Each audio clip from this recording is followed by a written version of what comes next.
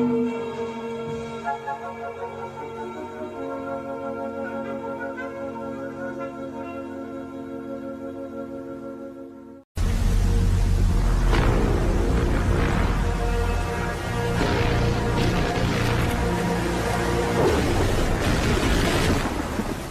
you waiting, huh?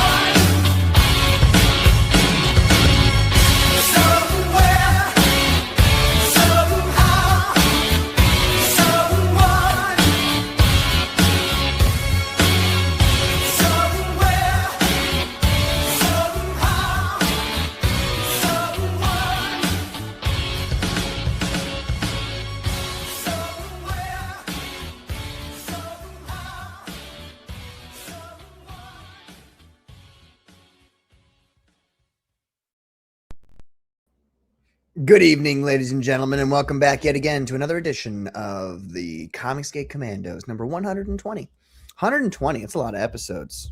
A lot of episodes. We're glad to be here this evening, ladies and gentlemen. I'm really happy you all are here. I have a bit of an announcement really quick. I don't want to do this, but look, okay, long story short, let's just get down to the nitty gritty. I've asked Riley Klippa to not be on the Commandos show for, a little bit of time here. There was an incident on JJ Trujillo's show this week where he was threatened by being struck. I'm sure you all can imagine by whom, for associating with people he doesn't like, the striker. Long story short, the idea of asking somebody not to be on my show through fear of being struck is abhorrent to me and disgusting, and I feel bad about doing it. I feel bad about asking him not to be here, but at the same time, I'm trying to run a show here. I'm trying to promote people's comic books. I'm trying to promote my own comic book coming up next week. With Katie Did's obliteration from YouTube, I have find myself in a situation where I've got to have my channel so I can launch Phenomenon 3 and the Second Chance River of Blood. And to that end, I need to do things I don't want to do. And while I feel personally kind of like a coward for doing it, at the same time, it's just like my option. I don't have any options in front of me. And it's just sad that this is what we've all been reduced to. It's really sad. It's pathetic, really. Especially this channel, the Comicsgate Commandos, who routinely avoid all the drama and all the bullshit. We may have our opinions behind closed doors, but opinions aren't illegal. And we've always strived to entertain people with, no drama here. We talk about comic books, promote people's comic books, and we're going to continue to do that. To the best of our ability is for as long as we can. And it's just sad that we've now been roped into all this. I mean, I literally just 20 minutes ago was told, because I didn't even know, that there was an actual direct threat made towards the Commandos about being struck. And it's just like, it's so stupid. The whole thing is very stupid. Beware when you engage in activities such as that you do not become the very thing that you were trying to fight against. I think it's a little too late for some folks, but I think the irony is rather palpable. It's real thick, too. All right. That's it, folks. That's enough of the fucking stupid shit. The stupid gay drama shit. We're going to get back to having a good time here. So let me bring on my co-hosts for this evening, ladies and gentlemen. You're bad-mouthing all of CG. You're trying to make a hashtag that came up with this. Oh, this is CG. Remember that? Oh, yeah. Hashtag, yeah. This is CG. This is Comicsgate. Oh, this is Comicsgate. This is who you're backing. This is what you're about. Fuck you. Really. Because there's thousands of people supporting this. You're not going to do some fake litmus test on us over a couple of people that you got a problem with. And they need to be slapped down, these pieces of shit. It's Colonel Carbon Heart. Hail General Q. Hail Comicsgate. Hail to the chat. God bless America. It's good to be back, of course. Yes, sir. It is. It is, in fact. How you been, man? How's your week been? I'm well, thank you. Getting better. Getting better every day, actually. The one thing I will say that I'm proud of the Commandos for is remaining consistent. Mm-hmm. I think we do stay true to our overall principles, and we will remain victorious. I truly believe in that. Yeah. And, I think I was thinking about it a lot, and the haters that come out of nowhere, and you're like, we didn't do anything to anybody, I think a lot of that comes from the fact that we here on the Commandos do what other people wish they could do. Yes. Which is avoid the drama, talk about and promote comic books, and make it entertaining to people at home. I mean, we're not the biggest channel in the world, but we're monetized, so we're big enough that enough people enjoy what we give them, which is devoid of all that bullshit. That I think people look at that and they go, well, wait a minute, like they get mad that they can't do the same thing we do. You could. Well, there's a couple of quotes that reminds me of. One quote in particular from American Gangster, the movie with Denzel, was you could be unsuccessful and have friends, or you could be successful and have enemies. So I always remember that. And the other line I remember is, jealousy is just love and hate at the same time. Huh. That's a fascinating line. That is a fascinating line. I'll have to think about that. But yeah, I mean, hey, at the end of the day, we're still here. We're going to keep being here. We're going to keep doing what we've always been doing. That would be the worst betrayal, I think, is if we on the Commandos stopped being what we are and to respond or whatever to other people. I think that would be the actual defeat of the Commandos if we were to do that. So we're just going to keep holding the line, baby. We're going to keep doing it. Yes, sir. We are on God's side. Always remember that. That's right. And that's why he is on ours. And God wills that the Commandos exist. You might think that's hyperbole, but it's not. Ladies and gentlemen, our next co-host for this evening. You know him. You love him.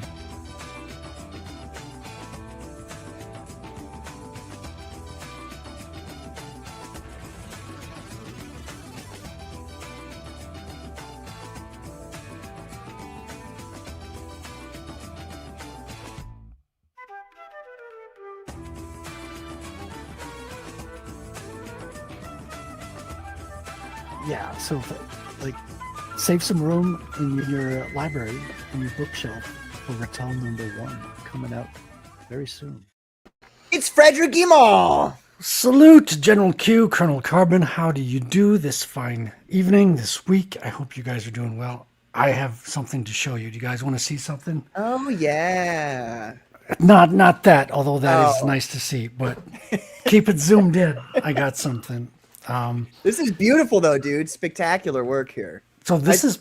Yeah, you were working on it last week, and it's really come a long way since then. Yeah, I got started. I finally gelled the angel. I erased him 3 times, and then I got started drawing the city here with a little bit of detail. Got to finish this. There's still stuff to do on here, but this is page 2 and 3 of Rattel #2. But speaking of Rattel, this week I got in the mail Rattel. Yo! Look at that. Let's fucking go, dude. Beautiful. Oh, Frederick, beautiful, you must be over the moon right now, getting this in your hand. I am on the moon, over the moon. I am the moon. I really got the glossy covers. Can we do a little flip? Can we see a little bit of course, the interiors? So all 4 are the same interiors, of course. But here's cover C. What? You don't have 4 different stories for each different cover? I don't. Is that the... Wait, what? Where did I go? My camera's gone. There we go. Okay, here we go. Okay. So, yeah, this is printed by Pete Samedi from Alterna Comics. This is his new press with... this is all interiors that is like a newsprint.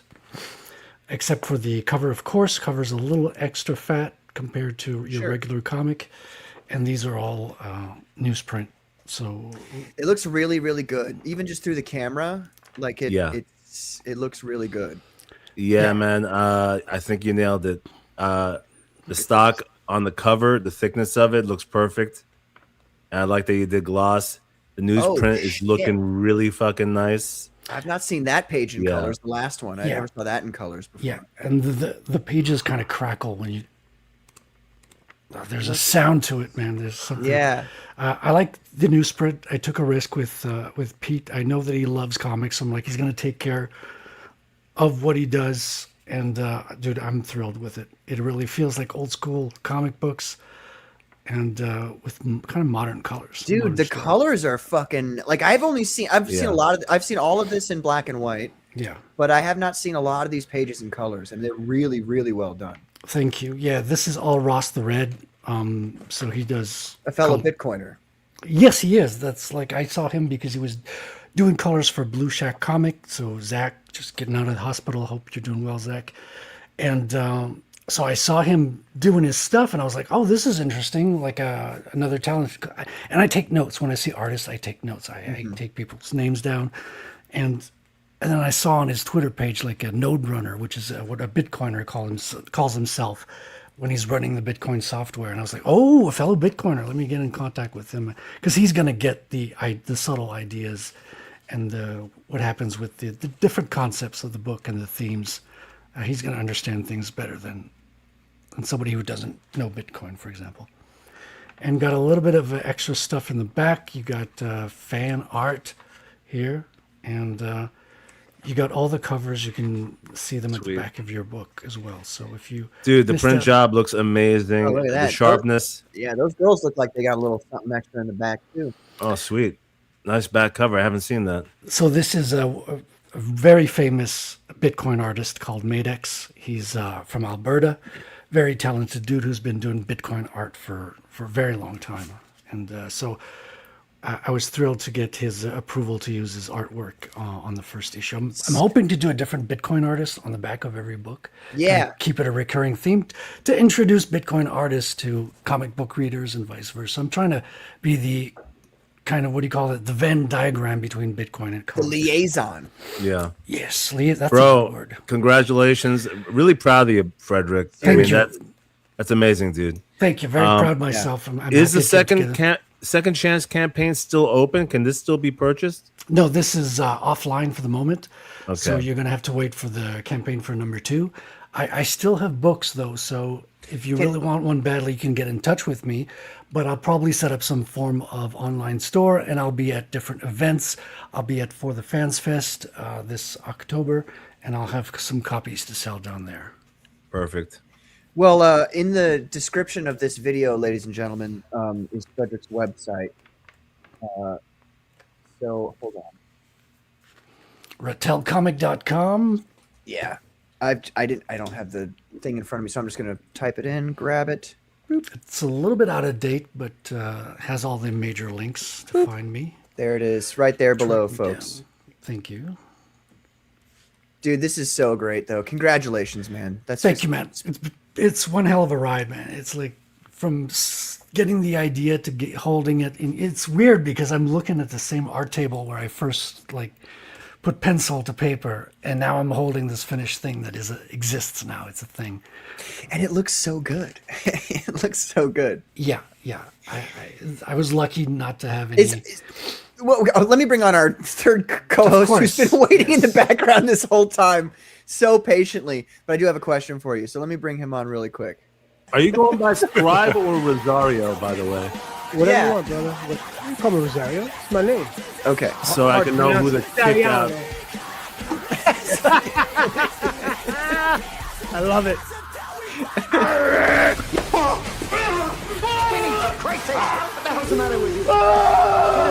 Are you a New Yorker, by the way? I'm from Jersey, bro. Yeah. There you go. There you go.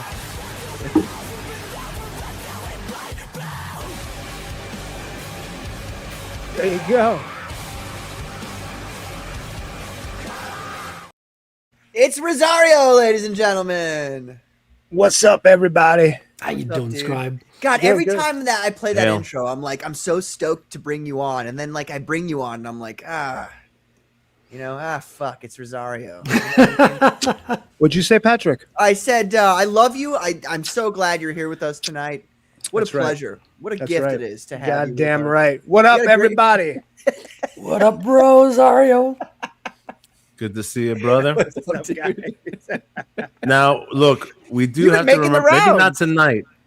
maybe not tonight, but at some point, we're going to have to devote a block of time to the pasta tier debate. Dude, It has to happen. you guys said Okay. that shit. I can't believe you would say that shit, Scribe. I'm actually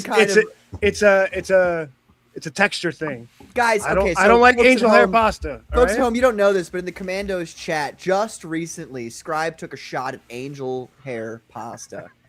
And Well, look, it's very hard to make it properly. That I understand. Hold on, So, guys. I thought we were not going to get dramatic on this show tonight. Yeah, We no, got to stay no off these pasta hot drama. topics. I don't understand. I legitimately don't just understand say, what your it's- problem with it's- angel hair pasta is. It's like the best version vermicelli. of It's pasta. too small. It feels like worms. It's too mushy. I don't like it. I don't like it. All right.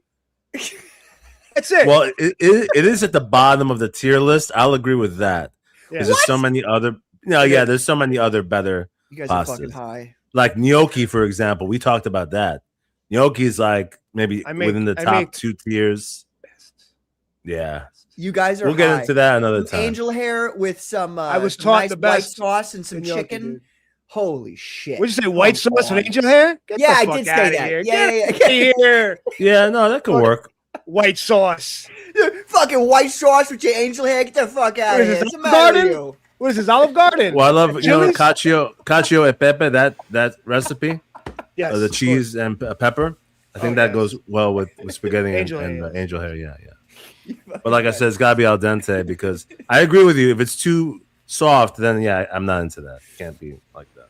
I like it. I like the pasta soft. I got to be real with you. I bet you do. Yeah. I bet you do. You fucking... What does that even mean?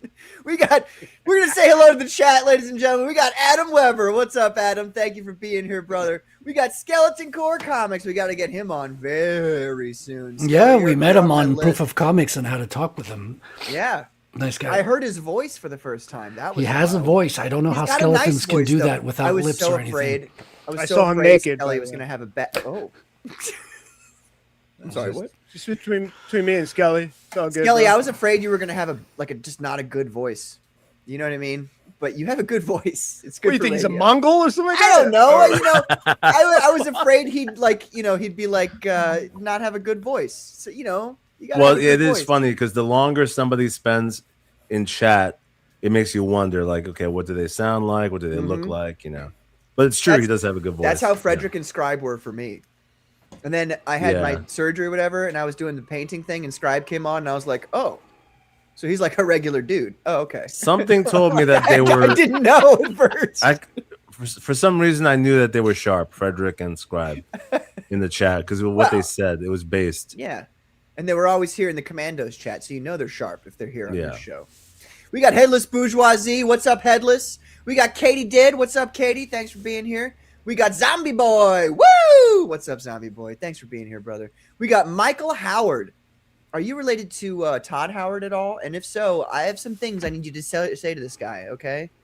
We're going to have to correct this. We got Ruby King, ladies and gentlemen. What's up, Ruby? Thanks for being Yo. here, brother. What's up? He's the only Hey, black Ruben. guy in the chat, by the way. Just so you guys know, yo means hello in Yes. Ebonics. Okay, so Yo. just so you're aware. As long as we have one of, actually, no, wait a minute. We got Art of Roy. Oh, okay. Two We got blacks. another brother in the chat. Oh, hey, there you go.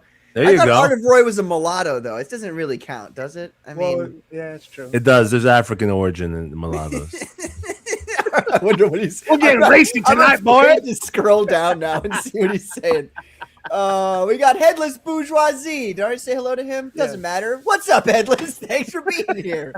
We got Joe M. Sontag, ladies and gentlemen, which is What's up, actually Joe? amazing because I'm wearing the John Malin cover shirt right now. Ladies and Whoa. Oh, gentlemen. shit.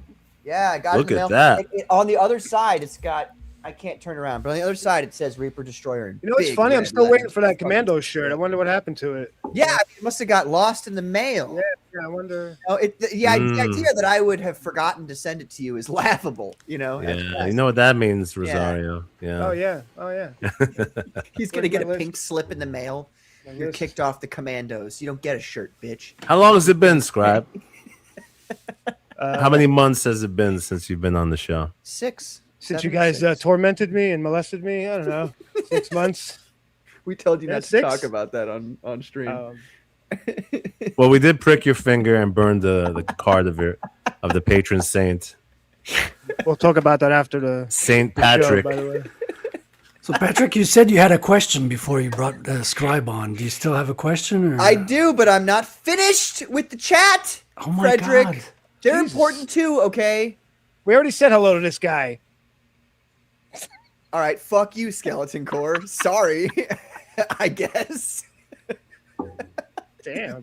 Fuck this guy. We got Amoral Fat 40 ounce. What's up, brother? Thank you Salute. for being here, man. We've got Art of Roy. If it's edible, it's eatable. Bunch of pansies. See, I'm the same way, brother. We got Subjugates Comics. What's up, brother? Thank you for being here. And we've got. Wait a minute. I thought black people were the kings of seasoning. I thought black people were all about the seasoning and making things taste delicious. Look at you, Ruby, my brother. Yeah, they're like from across the street, like this. Right. I got you, bro. They just called each other up because all black people know each other and have each other's phone numbers. They go like this. Called each other up and they're like, "Can you believe these guys?" It's like this. I see you. Ooh, holding back some intense racist jokes that I could pull out. But. We were told to be more conservative on the show. Okay, we gotta reel it back. Yeah, to tone it down a little bit. Oh my god! My question for you, Frederick, is so obviously Frederick is coming on down for the Fans Fest from Canada, ladies and gentlemen. That's right. And to better help him, can I talk about this, Frederick? You know what I'm about to say? Sure. I have no idea what you're about to say. Okay, well, I'm going to say it, and I hope you don't want me to not talk about it. Frederick has sent me a lot of his Rattel books that I'm going to be bringing up with me for the Fans Fest so that he doesn't have to, because it's ridiculous, like going through customs and all that shit. Yeah, you were the most armed transport I could identify. That. I'm just kidding. I'm just joking. You're not wrong, but don't say that. I knew my books were going to be in good hands with Patrick. Yes. Well, so my thing is like, what if like that big box of books that I'm told I'm not supposed to open up and rifle through, what if they show up, but I don't have my Rattel book? Like, what am I? Well, your Rattel book is not there. Yeah, it's at the Critical Blast. So they were split into 3, like a Horcrux, right? And so 3 sets of 4 covers. So fuck. And Critical Blast has all the ones for the people who've pre-ordered it. And then you've got copies for the Fan Fest, and I've got copies for in Canada at local events and maybe from the store stuff and stuff. Okay, so you're telling me I still can't like open up your books and take one out and. I mean, if you do, I'm not going to hold you to it. Like, it's a new book, you want to hold it. But, yeah, your copies are on their way. But if you definitely want to have open... They are on their way. Okay. Yeah. Okay. Well, that's all I really... Can we take a look again? Yeah. Could you scrim through that thing? Yeah, man. No, you weren't here for that. If you'd arrived on time, you would have been here for that. Anytime, Scribe. Look at this. Thanks, Frederick. This is... Dude, that looks great. Is that a 100-pound cover? I don't know the exact. It's like 10 pound more than the average comic, so it's a little bit thicker, but it doesn't feel like cardboard. It still the feels colors look so saturated and good, dude. Like they came out so well in interiors. Look at that, man. Yeah, dude, that is all on Ross. Ross did a fantastic job, dude. Incredible work, and it's all on newsprint too, so it's got that texture. And there's no shine, which I... So it's a thicker newsprint? Yeah. It's like a thicker newsprint paper? Yeah, exactly. Okay. I mean, it's not that thick, too. Like, if you will see the transparency on the other side for here and there. Like, it does... You got... It's newsprint, right? We got Chris Fisk in the chat. What's up, Christopher? He says, each page is laced with weapons-grade poutine. Dude, the colors are so beautiful. This is all... Yeah, they came out real nice, dude. Yeah, I was like... Thinking to Ross, like, dude, like your colors are even better on page than on screen. I guess he knows what he's doing, man. Are you excited? Are you like super? I'm fucking psyched, man. I've got like, so the batches over at Critical Blast, I got to send him the trading cards, the stickers, and he'll be ready to go. So I'm doing that this week. It's insane. It's on the verge of being kind of complete when it's in people's hands, and that's the exciting. I'm mostly excited to hear people's feedback, like people who read it, what their opinion is, what they get from it, and get the final feedback from the book, which is it's amazing to get an idea and then see it on the same like drawing table as you got the idea. There's something weird about it, like you're just manifesting it. It just takes fucking 2 years to get to. Yeah. but I would say, open that up again, please. I would say we receive I get a lot of comic books, a lot of independent comic books, and this is hands down one of the most professional things I've ever seen, especially for a first book by anybody. Well, Like it looks so good. Yeah, I'm that's glad really you good. say that, dude. I got a lot of feedback, like a ton of feedback. If I could, like, say what helped me the most in the whole creation process is just tons of feedback with beta readers at the beginning. I got people look at the art as well on stream, so I got people's live feedback. Like Art of Roy is going to say, "There's a tangent over there. We can see this line going." And I love you, Roy. But that helps you, the live feedback, the people kind of noticing stuff. And we got to see every other creator is streaming their own experience, and we're learning from them, from people's mistakes too. Like, I'm not going to lie, like, fucking Ripaverse, man, is like one of the big teachers, I think, of indie comics, of what not to do, how not to take feedback. I think if you could do one thing is just learn from other people's mistakes as much as you can learn from your own. And dude, I redid the lettering 3 times. People were pointing out, dude, you gotta fucking lock those letters. You gotta make them more round than oval. You gotta, put them at the top of panels and stick them here and stick them there. So I went back, redid it again, and listened to people's feedback as much as I could. This page was reviewed on Hard Art, including this one. So the bubble was over here, the text was over here, crossing his arm or crossing her over here, which was big mistake. And John pointed it out, or Shane, or Joe, I think, was on the panel there too. Shout out Joe in the chat. And so I fixed it. Went back and fixed it. Got feedback from Elliot. So man, get feedback all the way through. Get advice from people and bounce Don't get back. upset about the feedback. No, be upset about it. But okay. just the first day, like I saved my first day to be like, these motherfuckers, what do they know? They can't appreciate this fucking genius I put on paper for them. And then the second day, your mind opens up a little bit. Maybe they're right about something. Maybe they saw a little bit of something that I overlooked. And then by the third day, you're like, yeah, they're right on the money. I should have listened to them. Well, the interesting thing is, though, like what you're saying about the feedback, like Comicsgate really is a wealth of information amongst the smaller creators too, because you can hear what their experience was with their first book. The troubles and challenges they went through, what the print job they went through, all the different decisions they had to make. And I think we can see the end result with your book, Frederick, with the fact that, this looks incredibly professional. For a first book, this is vastly impressive. Yeah. We can already Very see much that so. just by looking at it, dude. Yeah. I love the page on the right, dude. Go back. Yeah, those panels.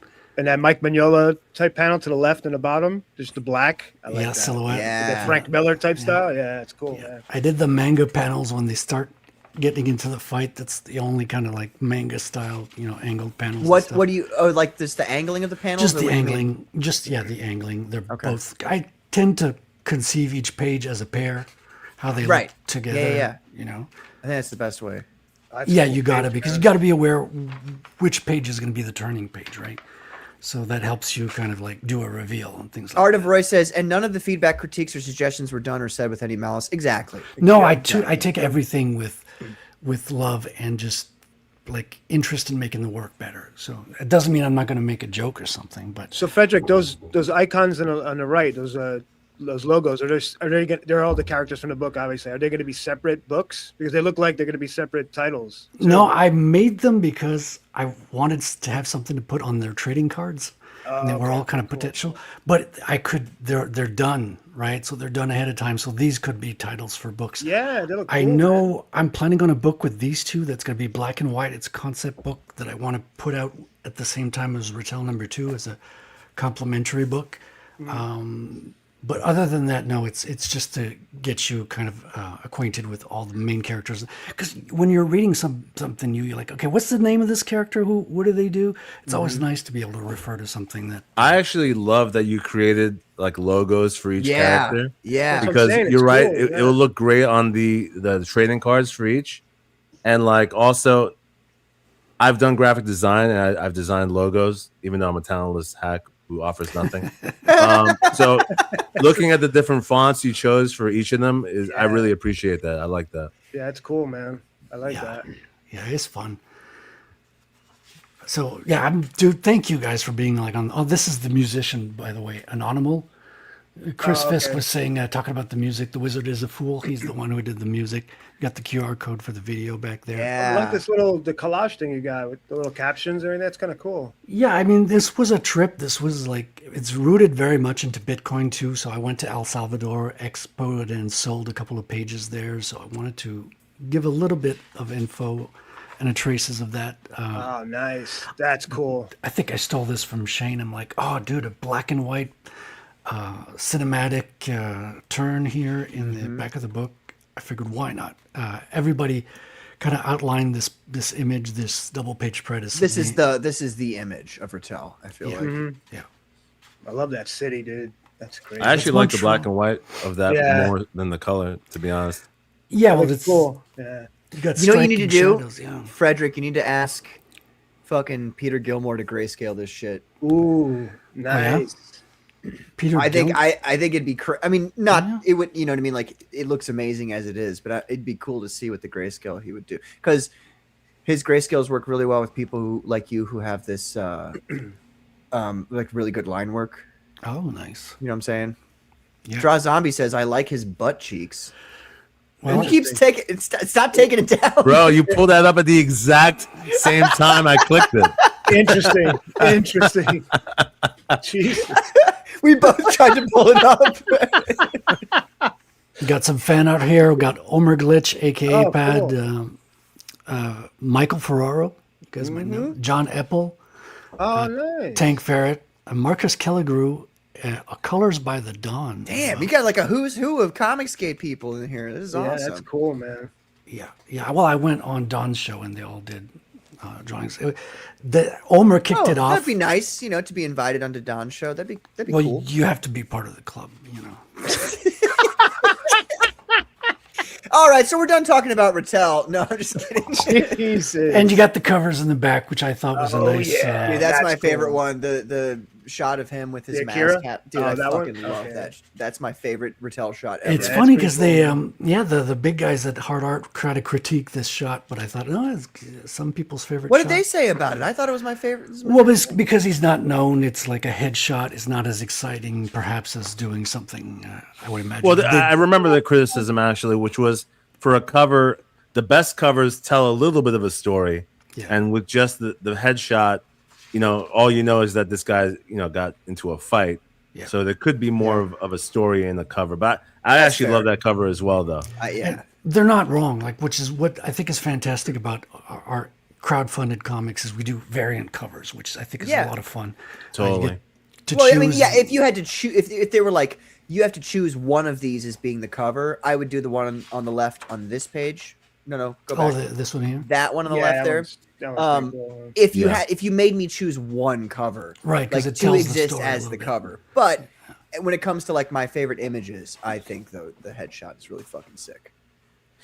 But Frederick, if you go back to the inside cover, Yeah. Hold the on. first page, the inside of the front cover, Yeah. Here. that logo of like that shield design Yeah, of that's cool. Rattel, I love that.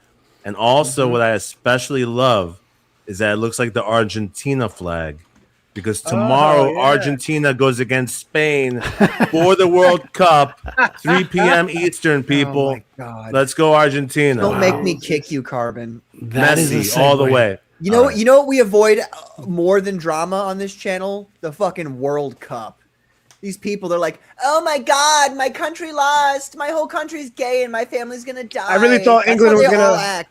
England was going to do it, but Every single one of them are like, oh my God, my country. I literally was at work and I saw this guy, right? He's a salesman and he's fucking rooting for Egypt, and Egypt gets a point scored on them. And he's literally over there. He's supposed to be working and selling cars to people, but he's like Yeah, in the waiting room in front of customers. He's just like, I heard him sniffle. Like he was yeah. crying. No, I mean, people take it very seriously because it is representing their country. Soccer, even though it is the gayest Gay. sport, It's I will the admit gayest it is the sport. gayest Gay. the gayest out of sport. spectator sports. Oh, yeah, but for you have sure. to admit it's an international sport that involves most of the world. So that's what makes it very exciting. Bingo. And Yeah. no, but that's I why love I this. care. I've got the greatest chat in the world. It's not, the game itself is not amazing. The game itself is kind of lame, Right. but it's the international Right. competition that makes it exciting. Dude, the English soccer fans are rowdy. Those guys don't Yeah, play. because it changes people's culture as a result. Like if a country wins, like there's gonna be a baby boom in that country if they will win the world. Yeah, no, really, it affects life. How stupid is that? It's not stupid. It's real life, though. Culture, man. It's their culture. You know? It's Yeah. I don't know. I'm just like, and somebody came up to me, this Mexican guy who could barely speak any English, and he's like, "You like," and then I knew he was trying to say the right thing in my terminology, so he goes, "You like soccer?" Because he wanted to say football, but he was like soccer, and I'm like, nah, only UFC. And he's like, oh, okay, and he didn't want to talk to me after that. And I'm like, okay. Well, it's kind of like in America, with baseball, like when New York Yankees goes against the Red Sox, Boston, Yeah. and That's if we crazy. beat Boston, we're like, okay, fuck Boston, we kicked your asses, and it affects the entire following year. You know what I mean? Yeah. That's true. Lady. Yeah, most of those babies named Muhammad. Yeah. No, well, not if Argentina wins, I'll tell you that. But let me briefly, can I make one comment about sports ball before we move on? And here's here's really why the international competition matters. Because the sport itself, taking the elite athletes and pitting them against each other, it's a proxy battle in substitution of war. You're taking your most elite athletes and saying, our athletes are going to defeat your best ones. So go fuck yourself. And we deserve to make more money than your country. So really, it is a substitution for war when you think about it. And that's why it's important. I get the feeling. Ponder on that one. Well, I mean, but just think about this then. If it's a substitution for war, then isn't the sport that's the most like war more appropriate to be the substitution? Well, I That's agree. And like I said, soccer is not my favorite sport. What shithole country is Ilya Tapuria from? Which Spain. one was that? Oh, yeah, that's right. Fuck you, Spain. We had a 38-year-old washed-up loser who's really not. I'm joking. He's not a washed-up loser. Salute, Gaethje, Justin USA. Gaethje is a fucking goddamn legend. And he beat the brakes off of Ilya so bad that motherfucker had to quit like a bitch. Well, I Right, agree with you. so- Technically, in that case, American football should eventually become the international sport because They're that too is afraid. most like war. Bro, they're too afraid. They Because couldn't. we'll they beat actually everybody. Yeah. No, legitimately, other than We would Russia, beat everybody, they would yeah. not be able to compete. Like no one. No But other here's my country would be answer. able The to reason compete. why soccer is the international choice is because it's the most broke sport. It's the poorest sport. You need nothing to play it. All you need is any ball will do, and you could just run on an empty field and go. You don't even need the goalpost. You could just go. Here's the goalie. Yeah. And if you get it past him, so it's the poorest sport, and that's Well, yeah. why it's international. Yeah, because every other country is broke, unlike America. Fucking Yeah. pores. That's right. The fucking poors. Let's not get started on the poors this time, Scribe. Sorry, we don't want to get started on the poors. Let me say hello to some folks in the chat here. We got Flady, ladies and gentlemen. Flady's been with us. Good God. I remember Flady being in our chat since I launched my first comic book ever, which was 2023. So thank you for being here, Flady. You're a goddamn legend. I appreciate you. Why do we watch other people fall down on their face? So we can learn from the mistakes and not look like a fool with his pants down around his ankles, Master Bruce. Exactly. Yeah.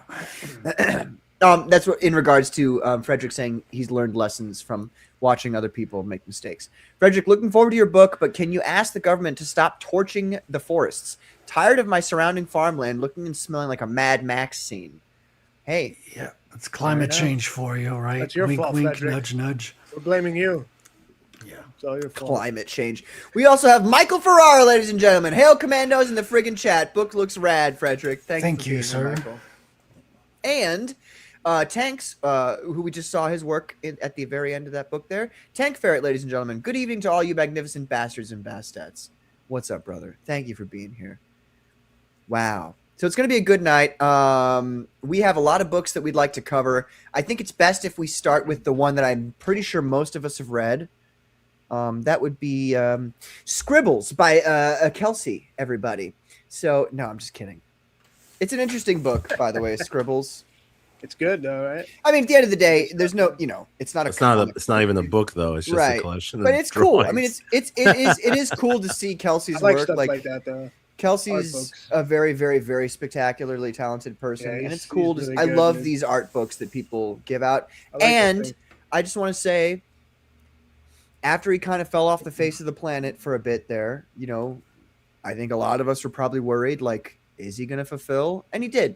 So, hey, give him some credit, folks. He did. He fulfilled, and it's not like he fulfilled and it was like, he barely fulfilled. It was it was just like a placeholder or something to say he fulfilled. No, it's a full-on thick-ass book. Like, it's thick.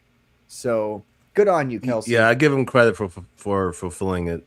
And actually, I like Kelsey a lot. His art is me really too.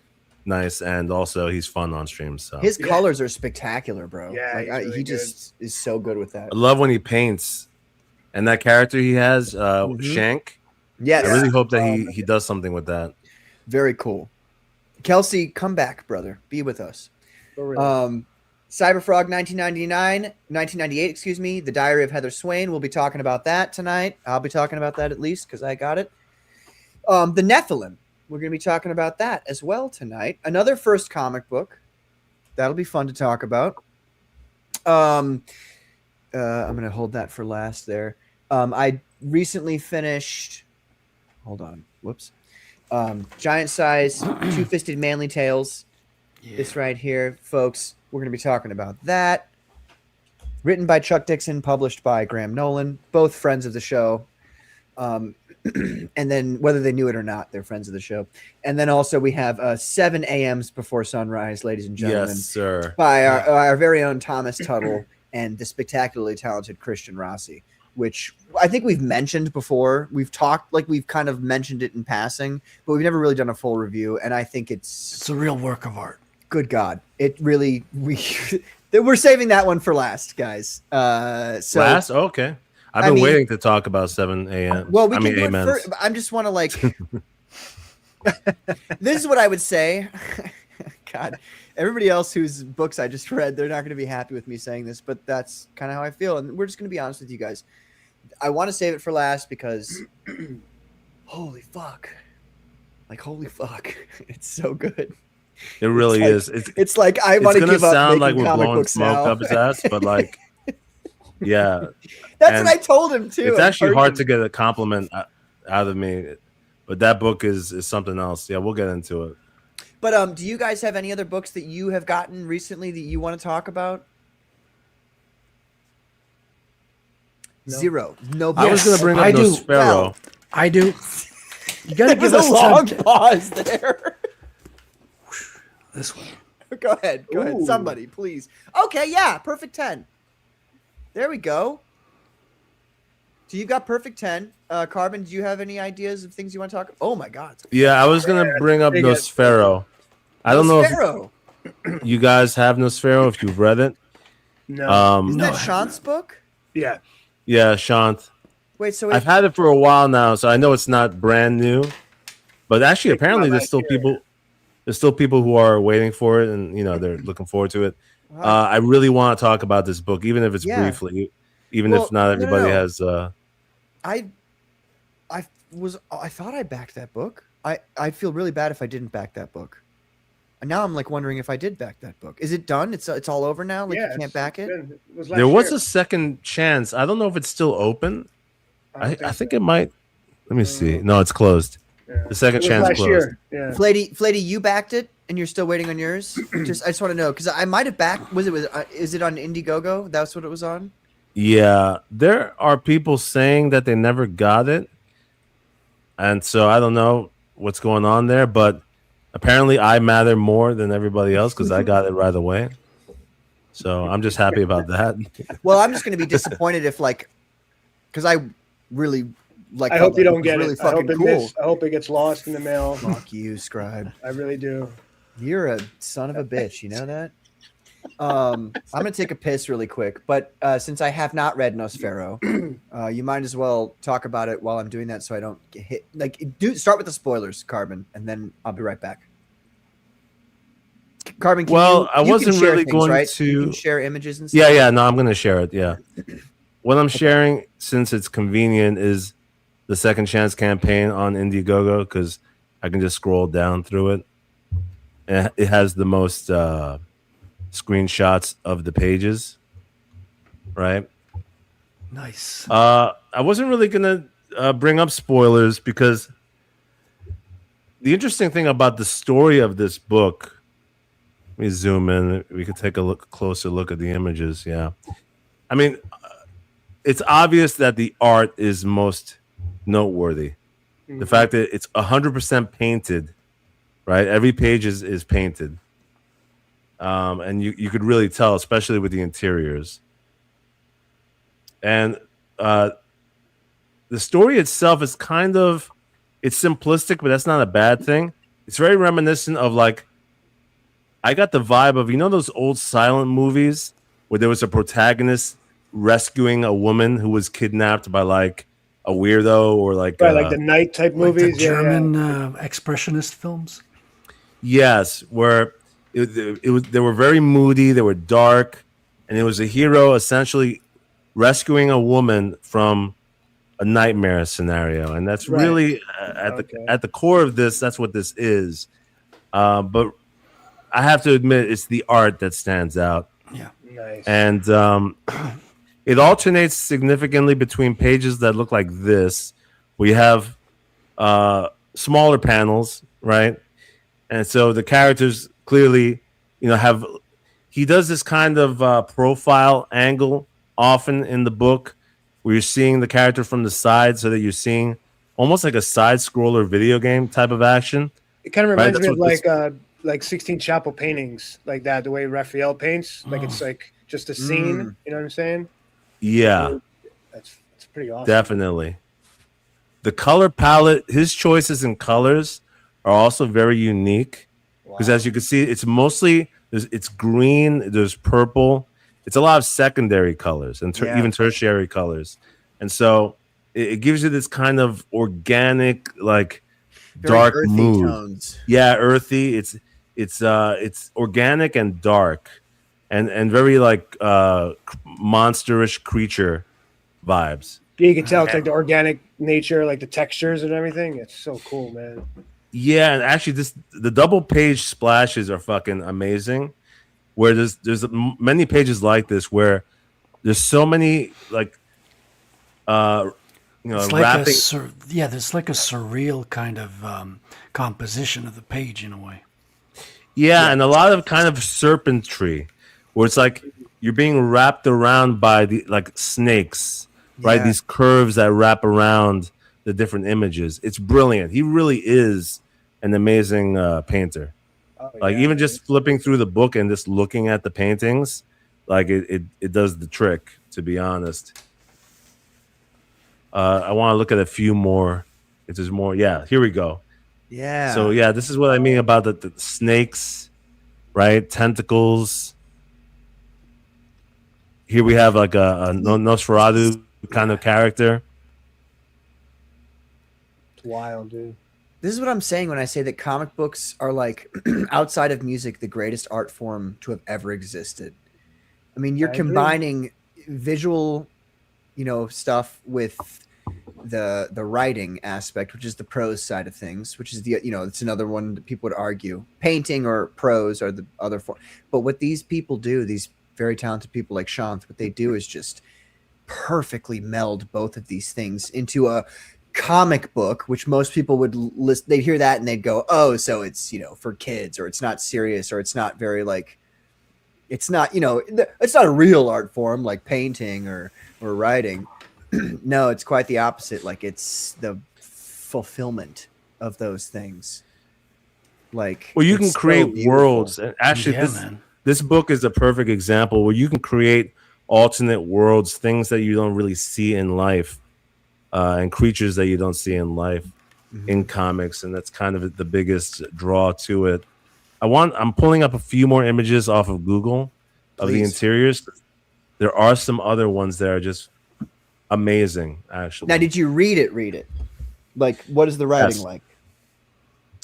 Well, like I was saying, when you stepped away, is that clearly the strongest feature is the art. Like, it really is mesmerizing to look at, almost to the point. And I hate to say this, but like there are times where I don't even care to read the text, because you can see the action. But that's a testament also to the action moves in a story, in a narrative, so you could see what's happening with the protagonist basically going through this environment, encountering these monsters and demons, and saving this woman. Shant is the writer and artist. I think it's very challenging to do both. My one critique, I would say that at times the page is loaded with a little too much text. I'm a fan of that. It covers up the art. That, and also like I feel like there's a time limit as to like how long you should stay on the page. You know what I mean? Because once you're on the page for more than like up to 2 minutes, it's like, okay, maybe there's too much text. Now, do you mean on this that page? When you say that, though, you mean it through a text perspective, right? Like not through, hey, you open the page up and you're like, holy shit, and you just spend 2 minutes, 3 minutes, like a just looking dialogue at the page thing, yeah. Not you're talking Right, about yeah. the writing. I mean, the text is holding you there because there's so much to read, and then also you want to look at it. Right. So you're spending at least 30 seconds to a minute looking at the art, but then you're reading for another minute. And not to say like that might sound like a complaint, like, oh, well, you're in a rush. No, but I mean, like, I feel like each page should have a flow to it, so that you're not stuck on it for too long. Yeah. And that was a criticism I gave to Godlike when I reviewed that, where the first third of Godlike, it's like, okay, I'm on this page for too long. Like, we need to be flowing because of the dialogue. You're saying, yeah, and all the exposition, the text boxes.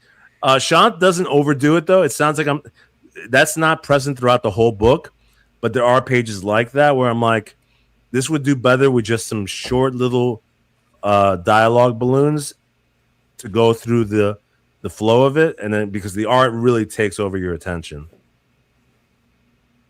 Let me just pull up one more. Chris Fisk says, I read comics while I'm taking a dump. If I'm spending too long on the pot reading, I could get hemorrhoids. That's my measurement. Well, not good. I'm not gonna. I had something I was gonna say about that. I'm not gonna say it. We're gonna have to start adding warning messages to the comics now. Do not read while on the pot. You could get hemorrhoids if you read this while you're on the pot. And look, hemorrhoids Preparation are no fun. H. They are no fun. I wouldn't wish that upon my worst enemy. We got Flatey here. He says, my take on this book from the preview and Shant's online presence. I felt like he wanted you to feel a young man.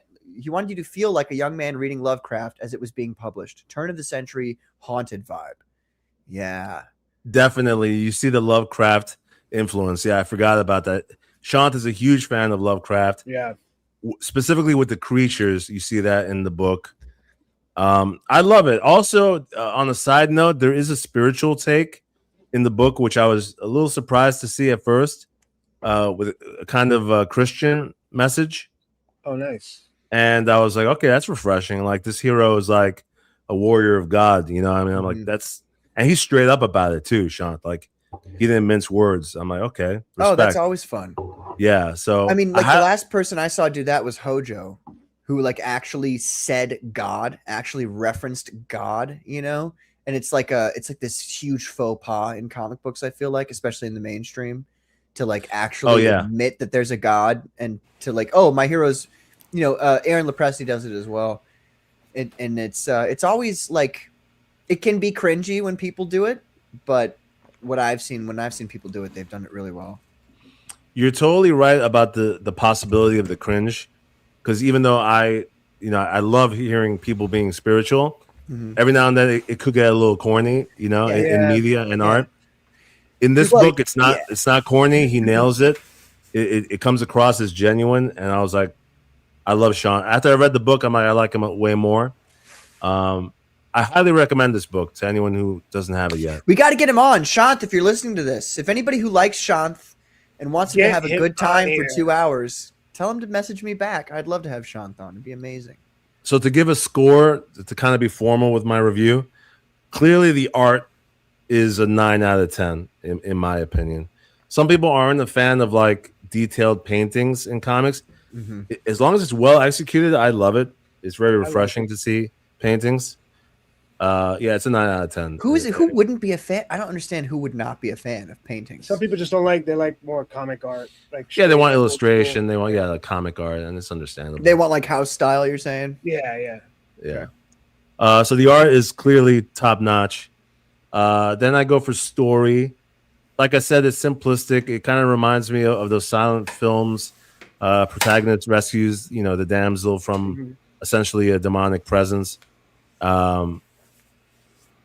which isn't a problem. It's simple though, so I'm gonna give it a 6.5 out of 10 on story because it isn't anything new or outstanding. And then from a writing standpoint, meaning like the dialogue and the text and the exposition, I would give it a 7. It's well written. The text is very eloquent, so it's fancy writing, and it doesn't come off as overly forced. But I guess the critique I had earlier of it being a little bit heavy on the words is one detractor from the experience. So yeah, 9 on art, 6.5 on story, 7 on writing. Okay, Nice. So overall, it's a 4.2 out of 10, is what you're saying. I guess that averages out to an 8, which is actually very good score. Nice. Good. Hopefully I'll get it soon. I want to say I backed it. I feel like I backed it. I feel like there's no legitimate reason why I wouldn't have backed it, but you never know. Sometimes you do miss campaigns. It does happen. We have Corey Landis here in the chat, ladies and gentlemen. He says most comics are trash, but a good comic is great art. 100% agree. 100%.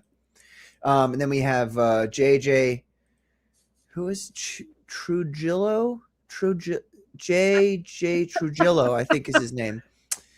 He says Patrick wants to give Shanth a good time. Well, he's not wrong. It depends on what your definition of that is, but Shanth would have a great time on the Commandos.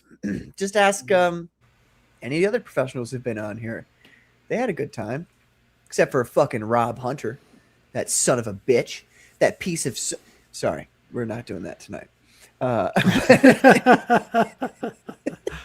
kidding. Well, thank you, Carbon. I wish I had it so I could talk to you more about it, but I can't. Well, anyone who hasn't gotten it, I mean, I'm sure if you reach out, figure out what's happening, you can get your copy ASAP. I have this sinking feeling that I didn't back it. That's my problem right now. I'll just pick it up in October. I'm really worried about that. He's probably gonna have copies in October. So.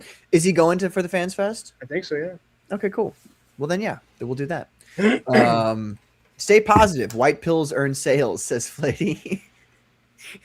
A lot of people would disagree with you, Flatey, but we're gonna still stay positive. We're always just gonna be positive. Patrick, you're being too kind with that scumbag. I really don't like you talking about Carbon like that, honestly, Chris. Like, I don't feel like Carbon deserves that kind of vitriol from you, and I wish you would reel it back in. But like I said, jealousy is just love and hate at the same time. And that, ladies and gentlemen, is what we call a callback. Thank you, Fleddy. I would actually really appreciate that. All right. So, Cyberfrog, 1998, The Diary of Heather Swain. Do you guys have this one? So all I can say about this is maybe I already bought it and already read it, but I've seen all these pages before. Like, I've already read all this before. And I thought it was in Wrecked Planet, to be honest with you guys. Now, my memory's not the greatest memory in the whole world. Obviously, we've got spectacular. I love Cyberfrog. It's a great spectacular story. Art from Ethan Van Sciver. So this great. page is always like it just unnerves me. Like, I just don't like it. I don't like the page in the sense like in general, like the only thing that I'm actually afraid of in real life is like flying insects, and God damn, this thing showing up, like just imagining a giant wasp behind you crawling into your apartment is just horrible, terrible. But Giant the reason insects would be dude, that's the literal, the worst that's thing. literal Oh, the yeah. worst. Yeah, you could, oh, hey, there's dead human beings who come back to life and want to eat your brains, and I'd be like, oh, okay. And then you'd say, It's gonna oh, fly- but there's also fly now there's cockroaches. 6 foot. Yeah, I'd be like, nope, not that. Like, please, I don't give me- like bugs either, bro. Don't worry. I'm the same way.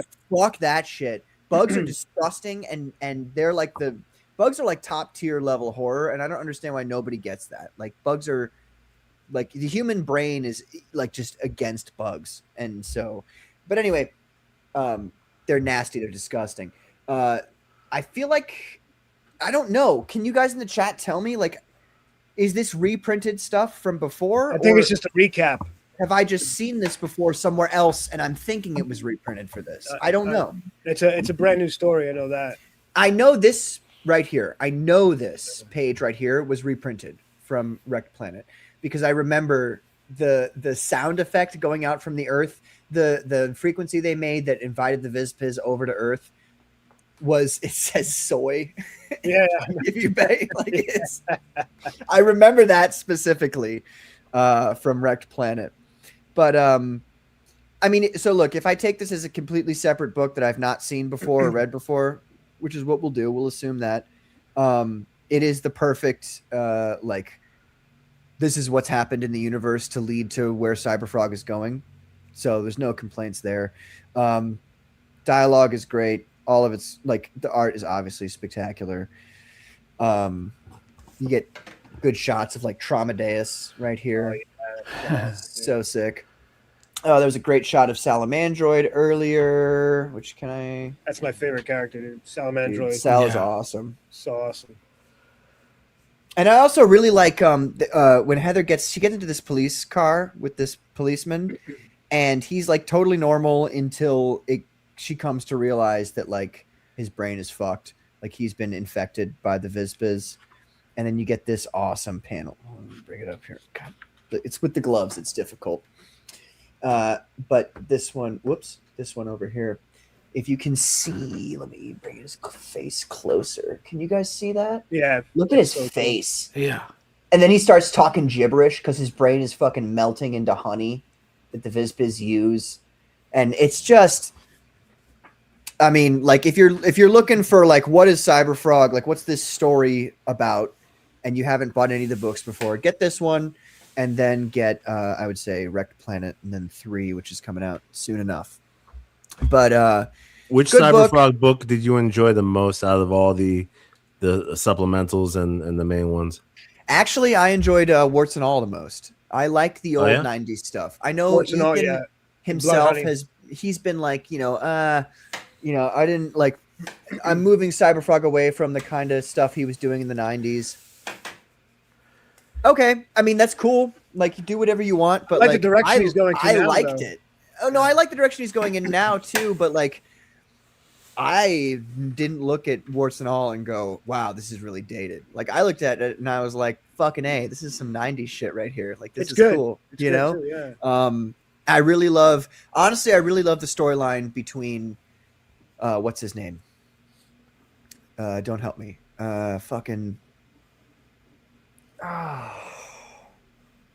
The guy who turns into, this is before the Vizpiz, right? Back in the 90s, he had what's his name?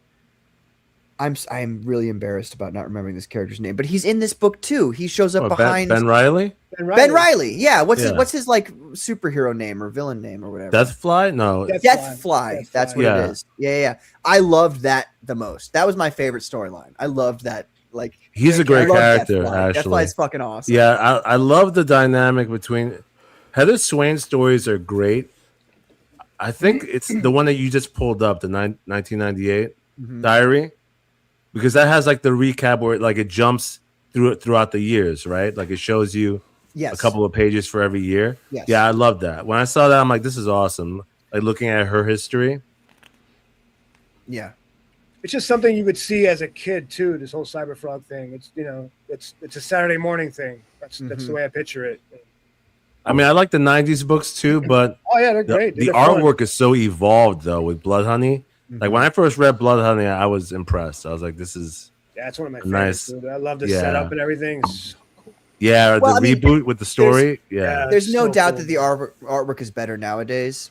It was fun. The '90s stuff was fun. It was more like, it was more comedy in a way, and kind of not really. You know, it was more Ethan just. It was very being comedy, silly. dude. Yeah, It was. but it was I great. love that.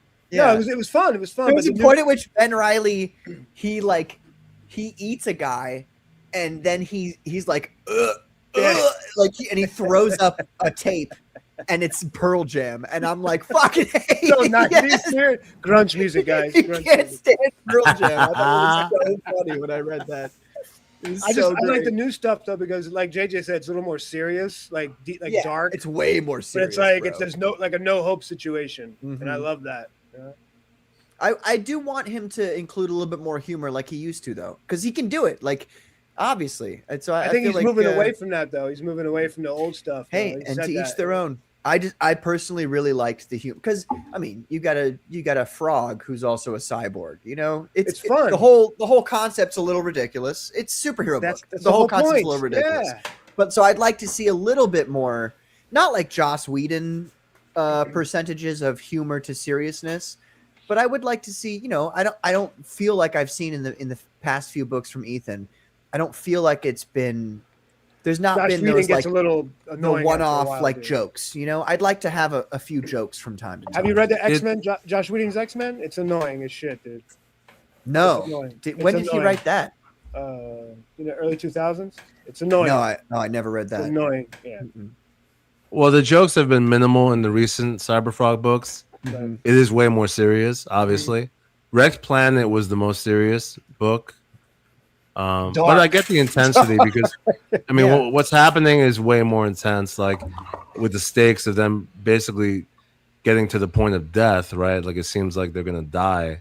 Mhm. So I get there being less humor. But yeah, he injects it every now and then, though. A couple of jokes. I just feel like it's not as much as it used to be, or if when he does inject it, it's not as funny as it used to be. Maybe it's not. Maybe it's Yeah. not needed though. Not like And the that's storyline true isn't too. needed. And he did specifically say, you know, like because like Wrecked Planet was kind of like almost to a degree like a rebranding of Cyberfrog. It was like a rebirth kind of thing, which I Blood understand. Honey. I get it. Oh, Blood Honey, my bad. Oh, Wrecked Planet too, then don't I? Well, Wrecked Planet is the second one of the Second. reboot. Yeah, Blood Honey is the first reboot First one. book. So I do. That's shipped, right? I have that then. You probably have them. I have to reread Wrecked Planet then because I feel like I don't Red remember that at all. Planets. It's dark. Okay. Read Blood Honey again and start. Yeah. Wait, so Wrecked Planet's the one where they realize that red is not a color that works, right? You know what's great? Yeah, you know what's great about Okay, them too? okay, They're easy to okay. read. They're like really fast. Not easy, Yeah. but like it's like, oh shit, did I miss anything? I gotta go back. Yeah. I love that in comics, man. Like read right through, like wow, like a good movie. Mhm. When Yeah, it goes, when it quick goes by, like- dialogue. yeah, when it goes by so fast, you're like, oh wow, that's the best thing ever. Okay. I'm realizing now I need to reread Wrecked Planet because I've read Blood Honey several times. I like Blood Honey a lot, but I need to reread Wrecked Planet. That was because I remember that was the one where they're like, "You fucking idiots! Yeah, red doesn't work." Like we were just pretending Good, like that dude. works to make It's you good. feel like it worked. That was crazy. But I'm sorry. JJ says Kel Sin is the most accurate woman I've ever seen in comics. She's a robot frog spaceship, though. Isn't that funny, dude? It's funny how it works like that. What about that awful new Spider-Man issue where they literally spend the whole issue Oh, sitting I and talking? saw Yeah, that, we did dude. see that. Yeah. It was half of the book. Can somebody half of the in the meantime, we're going to continue going what we're doing here, but can somebody bring that up in the meantime? And by somebody I mean Yeah, I'm going to I'll give it put- to Scribe. I got it. Scribe. Okay. I was going to force Scribe to do something. You know, usually he Wow. just shows up and drinks and Bitch. has a time, the time of his life and doesn't contribute Nice. anything to the Commandos. And so I was You trying son to. of a bitch. Actually, let's put a pause. Let me read Flady's comment because I brought it up. The art is reflecting the artists in the modern world they dwell in. The 90s was more lively and fun. Today was more serious. I understand that. I get it. Yeah. And I'm not going to like. 90s from were an dark too, though. From an artistry standpoint, you're not going to ever hear me complaining about that. It's just like a personal preference kind of thing. And I'm probably wrong about that, which is fine. But switching topics really quickly, because we have actually already covered 2 reviews of books, and we're only at an hour into the show because I started late.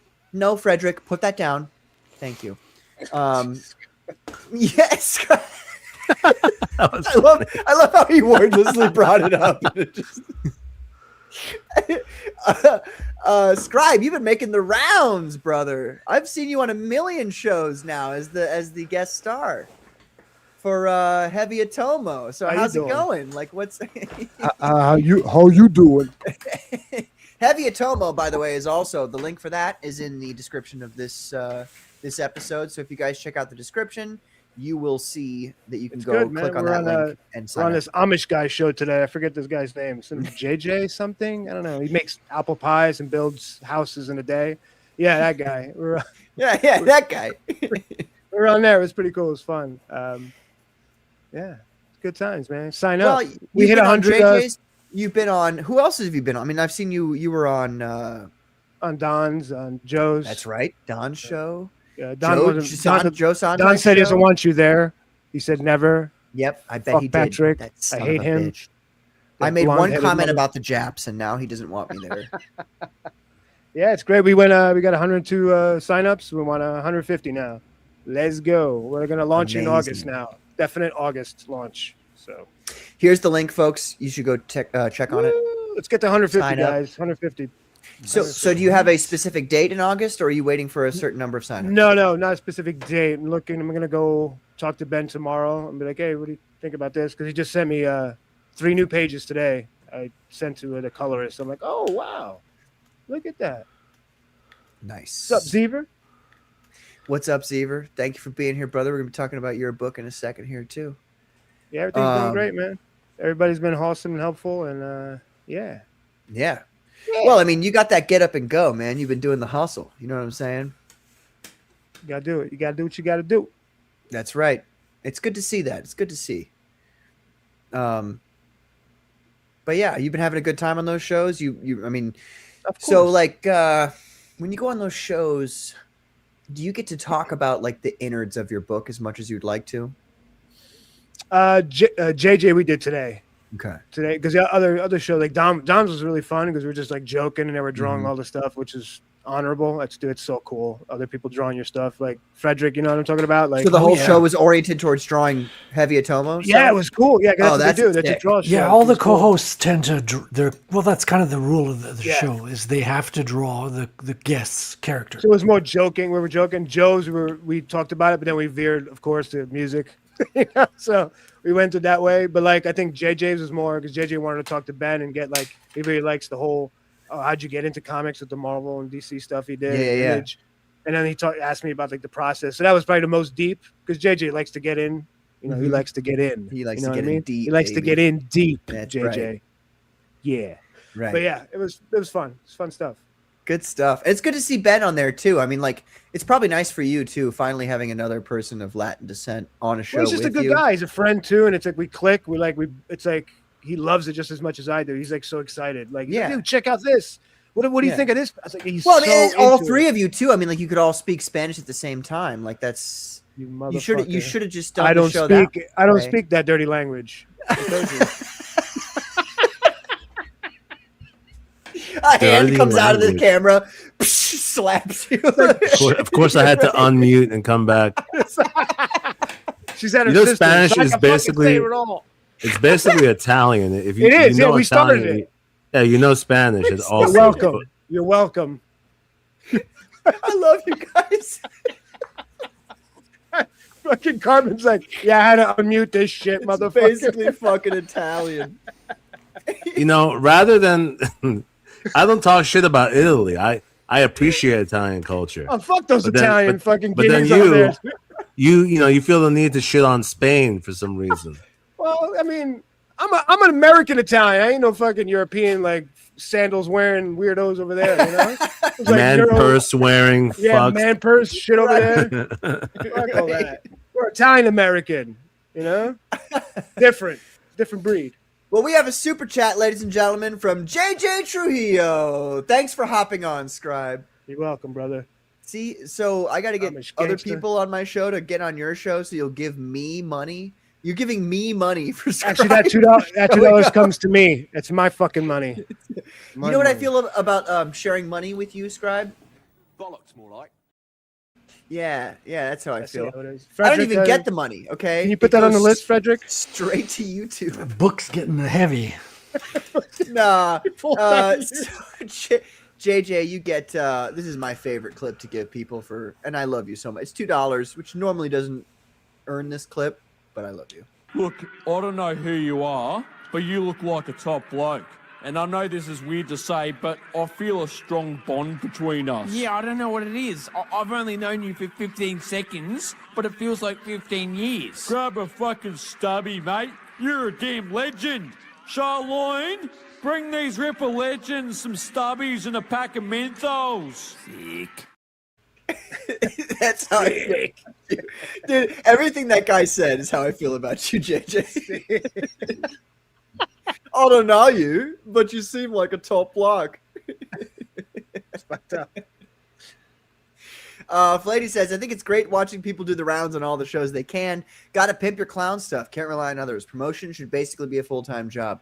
Yes, sir. And we were talking about it on B.A. Turner's show the other night, which is a pleasure to be on, as always. B.A. is such a great guy. I love hanging out with that guy.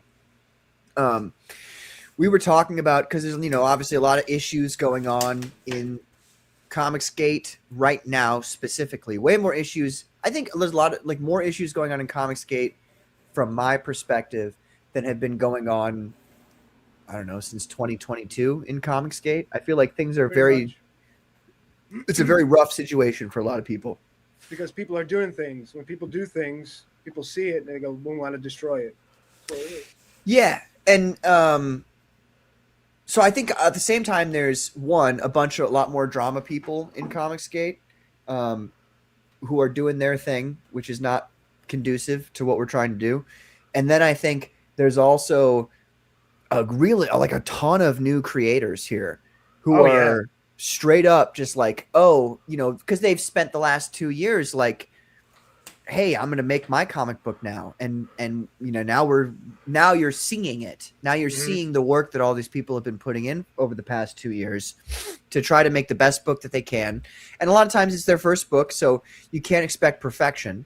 But still, it's, a lot of people really putting in a lot of effort to make really good comic books. And you're now seeing the fruits of those labors this year, and I think next year you're going to see a lot of it too as well. For sure. And it's just really cool to see all that. And it's really awesome to see people. I like to see people promoting, because we on the Commandos, we've been promoting here since, 2020? Carbon, what was it, 2023 when the Commandos first started? So then wasn't that? No, 2024, the beginning of 2024. No, Okay. Yeah. but are you saying like our version of the show, or like the show itself? I think it started 24, right? The Was it whole 24? show. Yeah, I think Yeah, so. both of them. Yeah, the first Okay. episode was when in the first quarter, I think January 2024, and then on your channel started in April. Okay. Yeah. And I want to it's give a just shout like- to Mad Ruth too, because I was on his show last night. Yeah. Great guy, dude. Great dude. Dude, All those great dudes guy. are awesome. We dude. had him on last Awesome, week. dude. Fantastic guy. I really kind of feel like we kind of did him dirty. Let's bring him honestly. back. Let's bring him back. For sure. And I just want to say that if His he's book listening looks here, dope, dude. I want him to know that Dope. like when he was on the show the other night, I feel like, I don't know what it was, but I feel like we really didn't focus on Soltak as much as we ought to have and could have. And I would, obviously he's launching in September. Good But dude, like man. Great when guys. he launches in September, we're gonna have him back on, and we're gonna get down and dirty in a fun way. Yeah, And, we could have talked about his project more, Yeah, but I think he still had a fun time at least. I hope he had a good time. Yeah. I don't, He did, yeah, I don't yeah. know. I was going to comment about what you were saying, the difference between Comicsgate now versus over the past, several years. The funny thing is, though, there really every year there has been drama. Really, if you go back through the streams, there's always been villains. There's been characters. Do you feel like Rivalries. it's as egregious They as come it and is go. right Yeah, now, there's like though? people that come in and then leave. You know what I mean? Like I feel like what's going on right now is very, very serious. Do you feel the same way? it was serious back then too, man. I mean, stakes were high. You had the war campaign era, which when it was intense, it was similar to now. Actually, right now it's comparable to the beginning of the war campaign era. But I think the biggest difference is that right now there are more channels that exist. That's what it is. Okay. There's a lot more people in Comicsgate doing their own shows. That's definitely new. Do you see what I'm saying though about how like people like me, people like Scribe, Frederick, how we've been in the chats, we've been on the shows, and now we're coming out with our books, and people are, you know what I mean? Like, do you see that? Because I feel like Carbon, you've been here at least a good year longer than I was. Yeah, or more. I mean, the biggest difference. I mean, there were new creators at that time too. That were getting inspired by CG, and they were guests on Ethan's show and everything. Probably a similar amount to now, but the biggest difference is that now all the new creators are actually creating shows. They're creating channels, and they're networking a lot more than back then. Back then, all the new creators would just gravitate to the mainline CG guys, versus now all the small creators are networking with each other and building up their own channels, which that's a stronger thing too. That's a better idea. Without naming anybody in particular, I have names in my mind, and I'm sure you do as well. Are there people, like I've noticed some people who are, how would I put it? Like they say, oh, I've been in Comicsgate for this long, like a really long time, since 2019 or 2018 or whatever. That's bullshit. And you look back at their body of work that they've made comic book wise, and it's not progressed in any way whatsoever. You know what I mean? Like I will give every person your first book. It's not hey, I'm guilty of the same thing. Your first book. Wrong. No, no. No, I mean, hey, let me put it like this, Scribe. It is a rare thing, in my opinion, from my experience through Comicsgate, to see a first-time book be really good. Yeah. Now, we actually have examples of that, which we're going to be talking about, that are like whoa, whoa,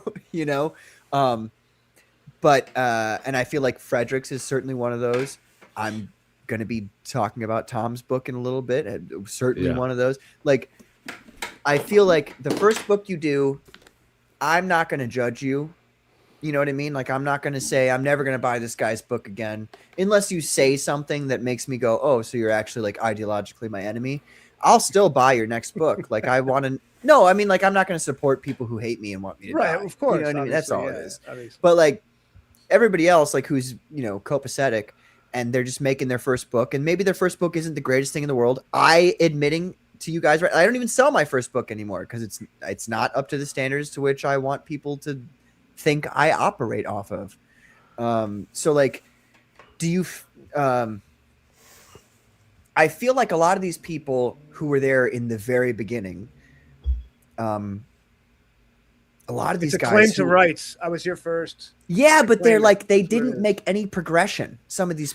You're 100% right, because that's JJ also is saying the same thing, where back then there were people who just put out anything. Mm-hmm. Yeah. You know what I mean? As long as they did something, they were like, okay, I could put together whatever and sell it. Yeah. Versus now, the standards are definitely higher. People know that you can't fake it. You can't, slap something together. Otherwise, it's going to be a $10 campaign. You know what I mean? So no, you're 100% yes, right. the bar has been raised. Everybody is more aware that like it needs to be quality. Mm-hmm. If you got no business writing a comic, don't fucking write a comic. Right. Because not everybody's a writer, and people have learned that lesson. And not everybody's an artist. The hardest part is the money, dude. They saw the money. They were like, not everybody's an artist. Like Yes, that's the hard. exactly. You look at some of these books that people use, like. But they should have the right to make it, though. It's well, of course they should have the right to make it. Everybody but should do whatever they want to do. There gets to a point where it's like. Well, that's like what if you said to me, like Patrick, you're going into the UFC tomorrow. Like you're going to be in the UFC. You're going to have to learn how to fight that to that level and be like. I would just tell you outright, like, no, I can't do that. Like I actually don't have the capability to do that. Like it's not within. It's never something that I'm gonna. Doesn't matter how long I train. It doesn't matter how hard I train. I will never be at the level those people are Right. at. You know what I mean? And that's just me being realistic with myself. And I feel like some of these folks back in the old days, like you said, there was that market, and so they did it. Or they were But here. some folks just don't have that. Yeah, but some of these ability. guys were internet people, dude. They were internet dudes that were here before, and so they claimed the spot. They go, "Oh, we're gonna fight the Right. whatever the woke bullshit, so we're gonna claim this whole thing." So Right. we were here first. We're the originals. Who gives a fuck? Right. Yeah. Who gives a shit? It's gay. I think that's part of it is where it's like we were here in Comicsgate for a long time, so you should back our book, as opposed to Corny. my book is really good. You should back it. Exactly. Two totally different things. By the way, my book's gonna be really good. Back it. Sign up. Maybe all of them. Heavy Atomo. Sign I'm up not now. laughing at you, Scribe. I'm laughing. You're laughing at me. No, I'm laughing. Jack, with can you tell me if he's laughing at me now, please? Put a 1 in the chat if he's laughing. Grok, was Patrick laughing at him? Grok was Patrick. Grok, can you confirm?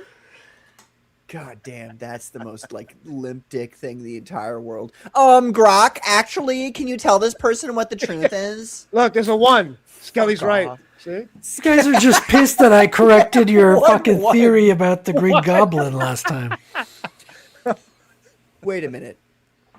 Remind me of which theory about the Green Goblin because you're not gonna convince me. I'm the master of the Green Goblin. I know all about the Green Goblin. So you brought up this theory, which our guest sided Craig. with you as well, Yes. but the facts were in the other direction. He's right then. What was the theory that I brought up? The theory? So it was about who brought in the father as the Green Goblin. Was it Ditko or Stanley? Ah. And I think there was a version of the facts that were switched, and it's out there. So I'm not blaming anybody. No, you're right though. I will But- admit. But I'm It's wrong. it was the artist who laid it in without Yeah. the writer telling him in the beginning. So it was So a Ditko wanted.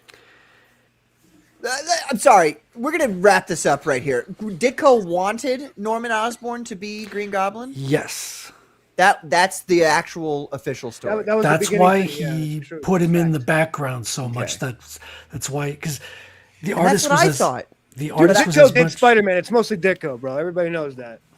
Okay, shut your whore mouth. But also, Well, there was a point where him and Stanley were not even talking, like they were incommunicado. Like, Yeah, it was they rough. didn't talk at Yeah. all. So yeah, that's a great. recurring thing. I'm glad we don't have situations like that in comics nowadays. Everybody gets along. Speaking of Spider-Man, I got that issue pulled up. Oh, Patrick. perfect. Yeah. jeez. Perfect. And coincidentally, it's so funny because I was searching online. Michael Bancroft, we all know him from CG. He's actually doing a live stream right now and going over the comic. Oh, nice. Okay. It's so funny. So I'm just gonna So click wait, through his how video. many pages do you have? How many pages do you? Oh, this is his video. Okay. All right. Yeah, so he has many of the pages pulled Because up. I would like to do a read through of this if we could, but Dude, if it's it's a video, really that's- bad though, because somebody was doing it on Instagram, or whatever. They were going through it. It's Uh-huh. more than half of the book is this. It's Yeah, like- so the idea is that this issue is about a dinner party. The entire issue is a dinner party in which all the main characters are there, and it's 100% a soap opera. It's just It's like an every episode of page. The Office where they're at the boss's dinner party. Carbon, you know Yeah. what today? What Ben said something really interesting. He was like, "There's, since Byrne was doing like two books, 3 books a month, right, during the X-Men thing, and right like during like towards the end. So he had issues where they were just chilling. But it set up the story. He was like, yeah, there were issues that X-Men I remember those where they were just hanging out. Sometimes they go to the war room or whatever, but most of it was just hanging out. But it did develop the plot for the next issue. What people were Yeah. saying is just I has mean- nothing to do with anything. I mean, when you're talking about long running series like all Right. the big two mainline characters, you're gonna have some dud issues, of course. Right. Just literally thousands of fucking issues. So yeah, every now and then there's not much that happens, but this issue doesn't even have Spider-Man doing anything. Exactly. There's nothing. There's It no doesn't action. lead to anything. Exactly. It doesn't lead to anything. The story doesn't. That's what the guy was saying. Doesn't lead to anything to the next issue. He's like, why am I going to pick up the next issue? What's the point? So It's 100% a soap The opera. art too. The art is so devoid of life. It might as I know it's not AI, but it might as well be. Like it's so devoid of any kind of like it's like this. It's more like when you're reading it, vivacity. like this is boring, like yeah. depressing. It's the kind of art that doesn't offend anybody. It offends me because of how generic and basic it is. Like It's also like this is the kind of comic that there's no point in making this comic. If Right. every page is going to be, a grid of panels, small panels like this, where it's just a person talking, and it's literally a soap opera. You know what I mean? Like it's just an emotional conversation on every page. Who the fuck is this book for? The modern what I mean? audience. No, dude, I have to. I'm gonna send. I'm trying to find the link right now to Instagram guy when he went over it. It was hilarious. He's like every page mean nothing. Like the whole book doesn't even want you to get to the next issue. It's like I would say it's made for a woman because women like soap operas, but then a woman will just watch a soap opera instead of read this. right. You know what I mean? But see, that's not the way that Marvel editorial, or at least how it's been, has thought. Like they actually think that there are women out there. They've been convinced by retards. There are women out there who like want to read comic books.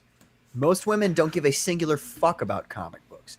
Look at these and goddamn, how many panels? Let me take the glasses off. I like that meal the steak that looks like a filet mignon over there with some green peas and carrots. That looks my good. God. Surf and turf.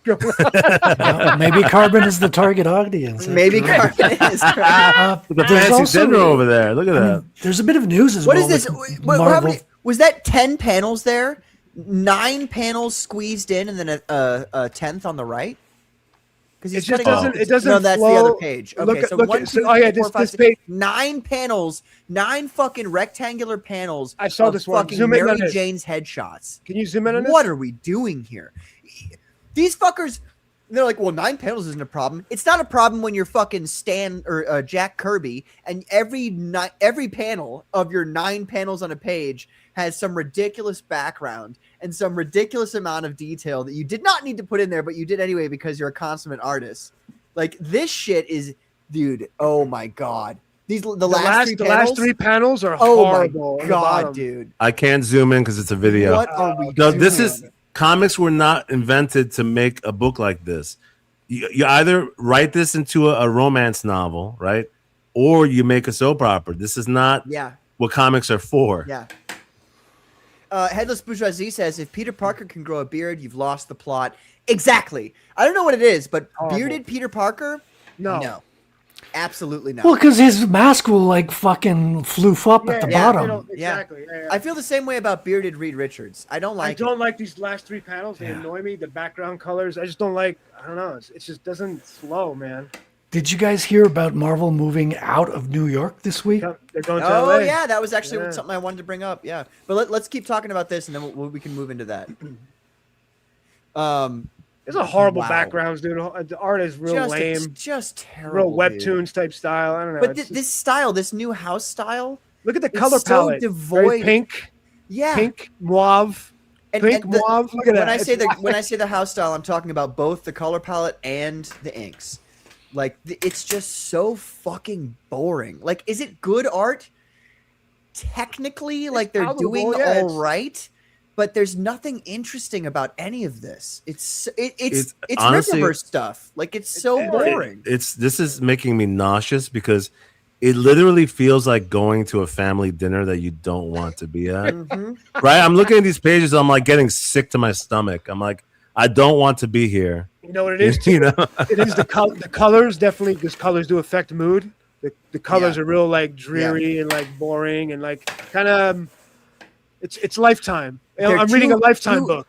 They're too quote unquote realistic. Are these colors actually realistic within an Gay. objective sense? Just say gay.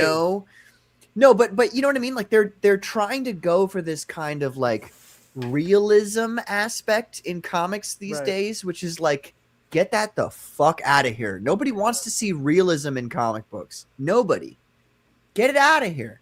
Who is that? Gwen Stacy now The too? faces are horrible. It's not Look at fun. Oh my It's not- god.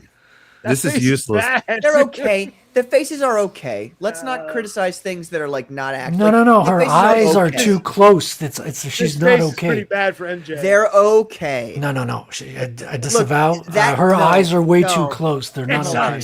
That panel outside of what it's within, if you were to go, is this a bad drawing? I would go, it's a decent drawing. It's okay. The one on the left, Yeah, I mean, it's her okay. eyes are too close. I'm saying it's okay. It's not. Is it perfect? Is it beautiful? Well, she's just unattractive, is what Does it it is. make me? Does it make me go, "Wow, this artist is really spectacular"? No, but is it passable? Sure, it's passable. I mean, look, Frederick, you've seen much worse art. Oh, wait a minute. Did somebody get punched? Hold on. Somebody. It's true. She punched her. Oh, and It it's says off wham. screen too. It's off screen. Amazing. No action Mary- shot. The by the Mary sound way. Jane effect, off-screen first of all, punched somebody. you don't put the sound effect above whatever happened. It's supposed to be on the action. Yeah, you also don't Onomatopoeia is replace an supposed to be entire on action. panel of art with a sound effect. You stupid fuck. Yeah, it's pretty It can be bad. done if it's artistically done right. That's not artistically done right, and the sound effect looks gay. The only way this issue would be redeemed, and I know that this couldn't happen because it's a Marvel book, but at the end, if like everybody at dinner got murdered, right? It's about okay. That issue was worth Yes. reading. You're right, because it would give stakes to the whole Yes. situation, which it doesn't have apparently. Right. And that would make you go back on all the dialogue that's occurred so far, and you'd go, okay, well now Yeah. I got to pay attention to the dialogue because Yeah. they all die right. Yeah, well, That'd you be want to cool. reread Yeah, it yeah. now because everything has kind of a new Yeah. spin on it with the ending. That's how I felt about the. This reminds me of the X-Men Gala. You guys remember that? Oh Yes. Probably Emphasis the on greatest- gay. The probably the greatest sin against modern comic books that's ever occurred was the X-Men Gala. Well, it might have been And- worse if we had that freaking group of woke superheroes that never came out, though. Oh, the God, that was a joke. By the way, I remember. Yeah, That was a it joke. wasn't a joke, but we all made fun of I it. think it so was a bad joke. that I think it was a became joke. I don't was think so. I hilarious. think it was I don't think prepared it to was a come out. joke, It was though. announced to come out. They just they were I humiliated. think he was. I think the writer of that was very serious about that happening. He would have got destroyed. But the Thinking X-Men about it. Gala shit, like, and I've said this many times before, like all the whole like X-Men. First of all, before I bring JJ on, love JJ. Before I bring him on, I want to go on a small rant. Okay, it's a very small rant. Tiny. People think that Jonathan Hickman's a good writer. Let me Oh, God, dissuade here we you go, from here we this. go again, here Jonathan we go. Hickman is not a Here we good go. writer. Jonathan Here we go. Hickman, from time to time, has good ideas that he never executes properly within his comic books. Jonathan Hickman destroyed the Fantastic Four. He destroyed the X-Men. He destroyed the X-Men so bad. He didn't finish it. He didn't finish the X-Men. Now, we'll get to that in a second. He destroyed the X-Men so bad that the only actual, like, legitimate way to pull them out of that mire that he created was to say that they're actually evil and that actually the humans are the good guys, which would have been a fascinating way to take the story, for sure. It would have been also more fascinating if, I mean, that's really my opinion on Jonathan Hickman's run, is that he allowed the X-Men, the good guys, to be rubbing elbows with literal mass murderers, the people that they'd been fighting their entire existence. And now they're like, well, we're the same quote unquote race, which is again an SJW fucking tactic. If he had said, if he'd done that, you know, yeah, we align ourselves with Apocalypse and Magneto, who've murdered millions of people, but they're our friends now because they're the same race as us. Okay, that would have been cool if somebody in the X-Men, like one person, like Wolverine or maybe Cyclops, or Cyclops' character progression has been cool, I will say. At least one person in the X-Men, if they were just to go, wait a minute, like we're the baddies, like we're doing the things that we literally were crying against for all of our published history. Obviously, they're not going to speak from that, but like if they were to say that, if that's what were to happen, that there was some schism from the whole Krakoa thing, because the whole Krakoa thing is incredibly racist. I don't know if you guys understand this, but the idea that the mutants have their own island that they literally kidnap other mutants from the rest of the world to force them to live on is the most racist thing. It is it is like Magneto won. Like he won. Like you guys lost because you did the exact same thing that the villain was trying to do throughout the last 70 years. It's like Epstein for mutants. Dude, it's crazy. And the idea that Hickman would write that and think that they're the good guys is, I mean, I'm not surprised because Hickman's probably a liberal, but it would have been really cool if could have been pulled out if they'd been like, oh no, wait, actually this was the wrong thing. They're actually hold on, the bad guys. The Krakoa thing when he went to the island, it wasn't Hickman. Somebody else. What's her name took it over after that. He stopped after that, but he created it. He started it. He created it, but it wasn't. The premise wasn't supposed to be that. Okay. All right, Mr. Hickman apologist. What was the premise supposed to be? What was Hickman going to do? Well, I don't know what it was supposed to be. He stopped writing it. Yeah, he probably stopped writing it because he's fucking a bad writer and they didn't want to keep him continuing on it. Anyway, ladies and gentlemen, speaking of writers, but not actually a bad one, actually a good one, ladies and gentlemen, we have JJ Trujillo. What's up, JJ? Hey, how's it going, guys? What up? Chilling, bro. How much on a scale of 1 to 10, and your only options are 8 through 10, how much do you agree with me on my opinion of Jonathan Hickman's? Well, let me put it this way, Patrick. I mean, the X-Men, the SJWs always tell us they're stand-in for who.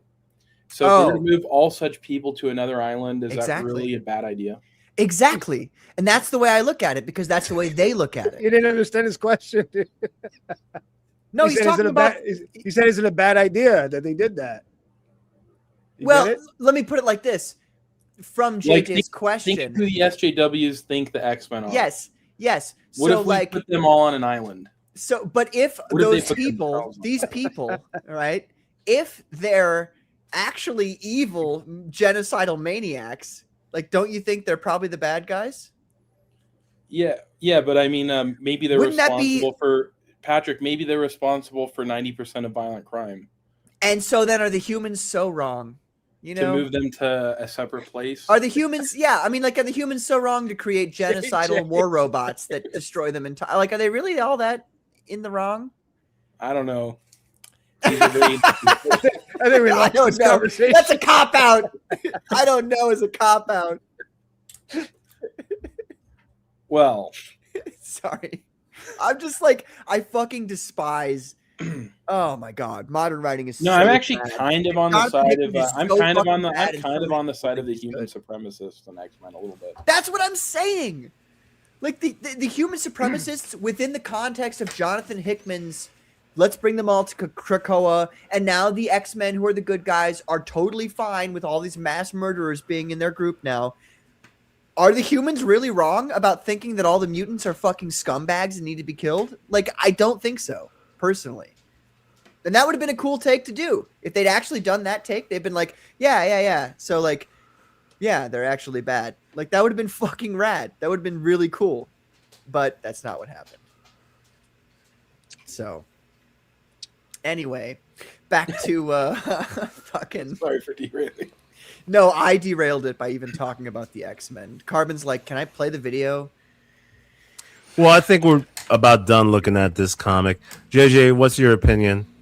I haven't read it, but I remember hearing about it, and I don't know, to me the whole concept seems kind of gay. Like you were saying, I mean, this is written for women who aren't going to read this. Essentially, these 2 pages is what the entire comic is. And that's a problem. Yeah. Mm-hmm. Is there any action at all in this issue? I think we saw the only action, which was that chick getting punched off camera. Off camera. Yeah. That's the action? Oh, dear Lord. We're in trouble.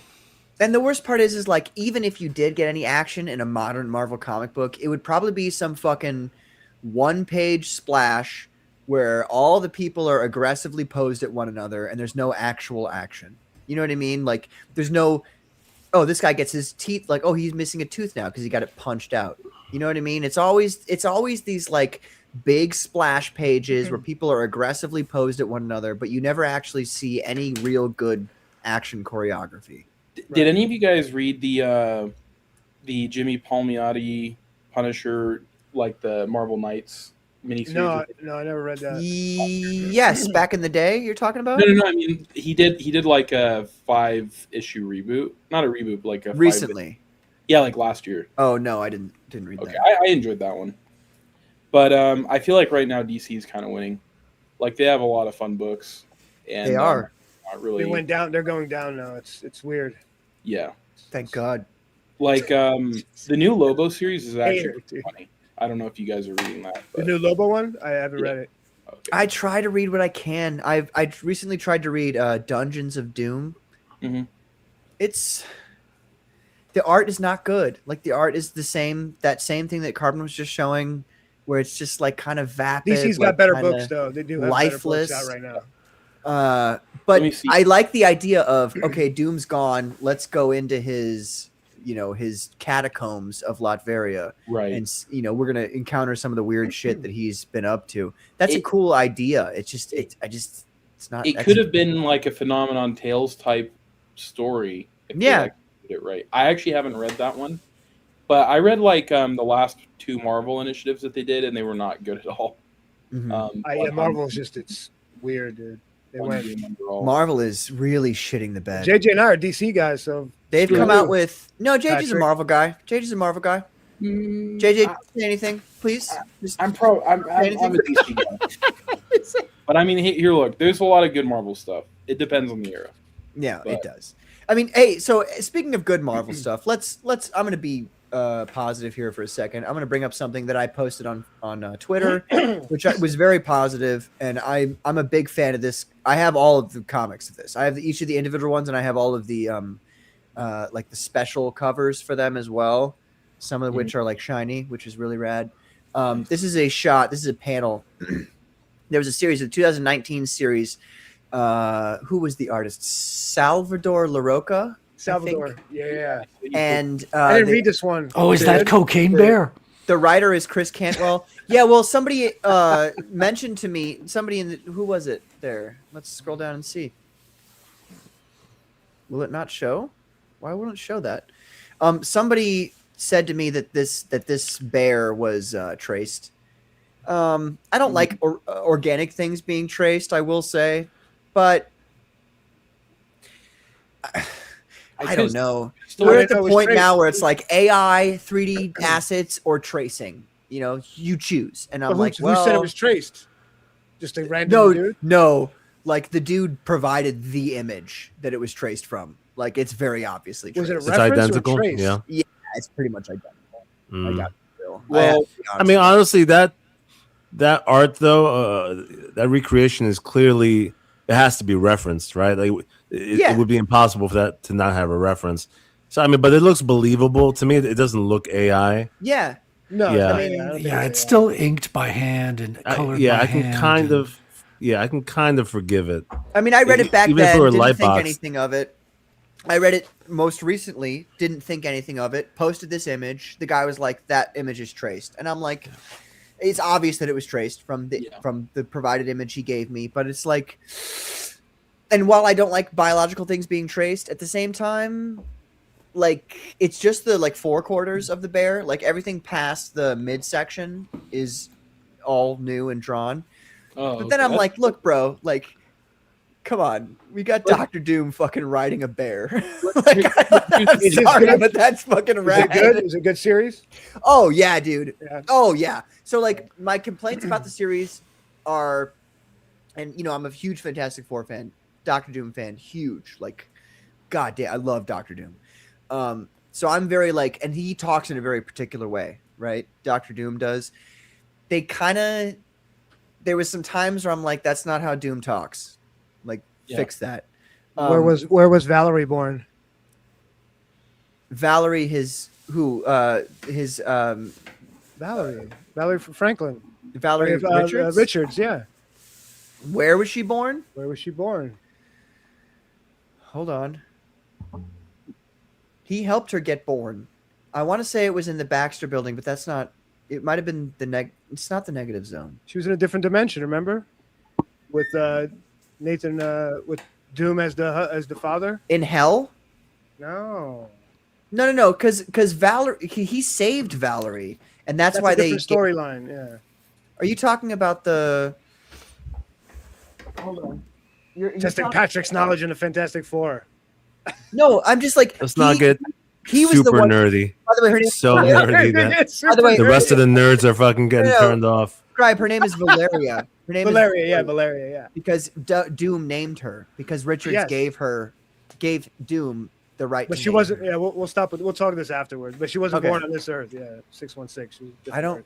recall where she was born. I remember that Franklin, when Sue was pregnant with Franklin, they were like, "You're not going into the negative zone. Like, no, you're going to stay here," because she was getting real sick. So they went into the negative zone, and then Franklin was born. But Valeria, there was something about the demons of hell that Doom had brought forth. Anyway, long story. Anyway, so yeah, we're gonna nerd it out if we keep going. You know what's funny though, Scribe, is that this looks good to me though. My siblings, or my siblings, my nieces and nephews who I play HeroClix with. My niece was like, "Well, I heard actually that Valeria Richards is the smartest person on the planet," and I was like, "No, Reed Richards is the smartest person on the planet, and then Dr. Doom." And she's like, "Well, actually, I heard that Valeria Richards is," and I'm like, no, stop that, stop it. And they like Miles Morales and Ghost Spider, and I'm like, those aren't real characters. Why is it not surprising that you had this conversation while you were playing HeroClix? Well, it's just that my nephews and nieces, they're young, and they see the new stuff and they're like, "Oh my god, Miles Morales is so cool," and I'm like, he's fucking lame and horrible. He's you black. shouldn't like him at all. We're probably just getting this from that one what do you call it? That one online game? Marvel Rivals. Yeah, is that what this is? Yeah. It's the TV shows, bro. It's the TV shows. They see the TV shows and they're like, "I love Ghost Spider," and I'm like, "You should hate her. You should think she's horrible." Like, here's She-Hulk. You should like her. Like I'm desperately trying so hard to get them to like real comic book characters. But anyway, you guys should read this. 2019, Dr. Doom, Chris Cantwell, Salvador LaRocca. Great artwork. It starts off a little rough. The dialogue is for Doom, not the greatest. But at the end of the day, this is 2019. Yeah, at the end of the story, like that's already old then. I know. You might go into the story and you see some of it in the beginning issues, and you might be like, "Oh, is this going to be some woke shit?" At the stick through. Like 11, it's like 11 or 12 issues. Stick it through, and you'll see the very end is just like, it's perfect. Like the end is great. So anyway, that's all I wanted to say about that. Yeah, I could see that being decent. It was very good. I do want to remind us on time for the show. We're 2 hours in. Do we want to get into 7 amens before sundown? Well, we have a full hour. I think we should. I just read it last week. So. We have to talk about the pasta. No. I would like to talk about the Nephilim. Okay. I think that the Nephilim by Ryan Dubé is a good book. Let's take a quick peek at it. Who we have in the chat, by the way. There he is. Zebra Comics. Exactly. Ryan. And for this, why don't you blow yourself up? You all right? Wow, I really, the threats of violence. Is that a Muslim joke? He is wearing a vest. Jesus, guys. These threats of violence. Wow. Let me get to a different page here. So we have the Nephilim here. And I don't know if you were here in the beginning of the show, Ryan, where I was talking about... Take the gloves off so you could move the pages better. Yeah. Watch out, ladies. The gloves are coming The gloves off. are coming off, girls. Woo! We got a show for the ladies now. Yeah, that's right. They Show love for looking the at ladies. He's hands. missing a finger. Did you see that? No, that's the, you know what that is. Wow. You guys started this shit. Come on. So yeah, Ryan Dubé's first outing as a everything. I was about to say a comic book illustrator. No, he's an everything. He did the writing, penciling, inking, coloring, and lettering. Damn. And then he's got covers. This cover that I have is by him. I can I tell. like that one, yeah. Because Yeah, of he his, has style. a Jimmy Reyes cover too. I think He does. He might that's actually cool. have the last. The last Jimmy Reyes thing. Oh shoot. Actually, Ryan, tell us when did you receive your Jimmy Reyes cover? Because I want to know if mine It was looks the good. latest or It's a Okay. good cover. overall problems that I'm because I always start with problems. I always do that. So overall problems, the bleed on the inside prevents me from reading a lot of the. The lettering is that See what I'm fold. saying there? Yeah, you have to keep it in the safe space. So that's the biggest problem I would have with this comic book is the bleed is not good. But Luckily, then again, that's something you could remaster. Yes, of Yeah, course, and it's sure. a very small thing to correct, hands down. So don't take that like as an egregious thing. It's a printing just a issue. thing. Yeah, I'm totally. just letting you know what's going on. Otherwise, the lettering is really good.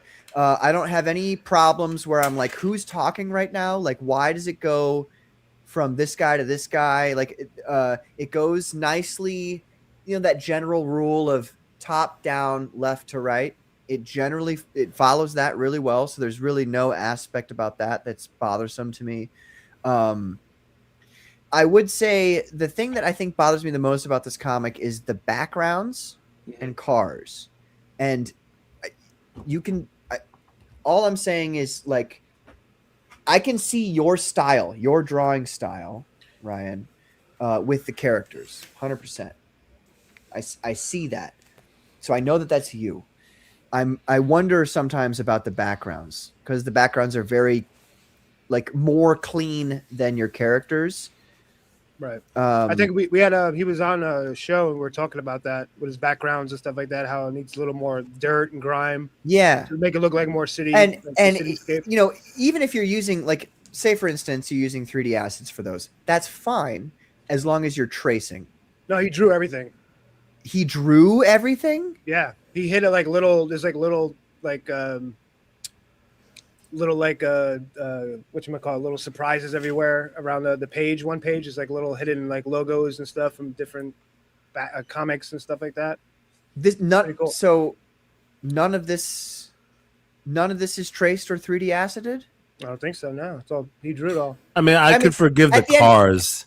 No, something like that being done with cars and stuff. And you just need to make it blend. Too. Like buildings too. Like, I'm not gonna get on somebody's case for fucking having a 3D asset of a building and no, he drew everything. He draws everything. If you're saying you're saying he drew everything, yeah, brother, you gotta like it looks too good. I guess then. Yeah, well, that's pull it up a little. Yeah, Patrick, show us it again. Let me get a good shot that I can show you. There was one scene with like a van rolling through, but the street was a little clean. That's all it was. It was just like the city looked clean. That's all. Yeah. So this it didn't look lived in. I have to be honest. I'm just being honest. This looks like it was a 3D asset because it's so perfect. And it might not be. Yeah. And I'm not trying to accuse anybody of anything. I'm just saying, like, sometimes when things look a little too perfect, and I know a lot of modern comic book artists want to make things perfect, so sometimes it looks a little too perfect. The buildings and the vehicles look a little too perfect, is what I'm saying. It doesn't look lived in. And that sounds. Well, I mean, your point stands where the characters need to blend into the background, where it looks like they're actually there, so they need to match. Is the paneling though? I love the layouts. Great. Like I like this page a lot. For instance, he's good in action. He's got great action. Yeah. Your action's great. Yeah.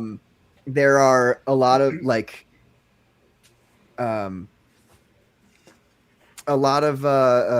really good action shots here that are not like static. They've got a lot of energy to them, which is not like this page, for instance, on right here. Oh, that's cool. A lot of energy. Very cool. Yeah. Great shot right there. Yeah. Nice Love splash that. page. Really cool. I like the color scheme. I like the mood. He's got a great costume. The costume's cool. It reminds me of Daredevil mixed with like Hawkeye. Beetle. Yeah, Hawkeye. And, he's kind of got this like Spider-Man, Batman kind of like Spider-Man, Daredevil, thing. Blue Beetle, Hawkeye, all those like that mix and that cool costume. Great logo. Yeah. And I know, so like you only have so many pages you can do before you release the book, so this is my biggest complaint with the book is, and again, Ryan, I'm just being honest with you, okay, man. I'm not trying to, and I wish people would do this to me. Nobody ever does this to me. Nobody ever like takes my comic books and goes, you could have done this, that, and the other. Nobody ever says that to me, and it bothers me. I did a whole fucking review for you. You did, but it was way too nice. For what? I gave your book a 2 out of 10. Patrick, you liar. So the last page, right? I love it. Kind of cool. I love how you're going. This is the shit. This is the shit going on. This is the intro to the book. Oh, Nice by the colors, way, dude. Great we're colors. gonna end this book on a cliffhanger with this. Oh, don't motherfucker. show last page. I did it already. You're like, oh, his arch nemesis, the Night Hunter. That's awesome. Okay, I love it. So it ends on like I got to read book 2. Basically. Yes, but I noticed this with a different comic book I wanted to tell him about, but I didn't have a chance to tell him because I didn't have enough time. The end right here, like this is the end of the book.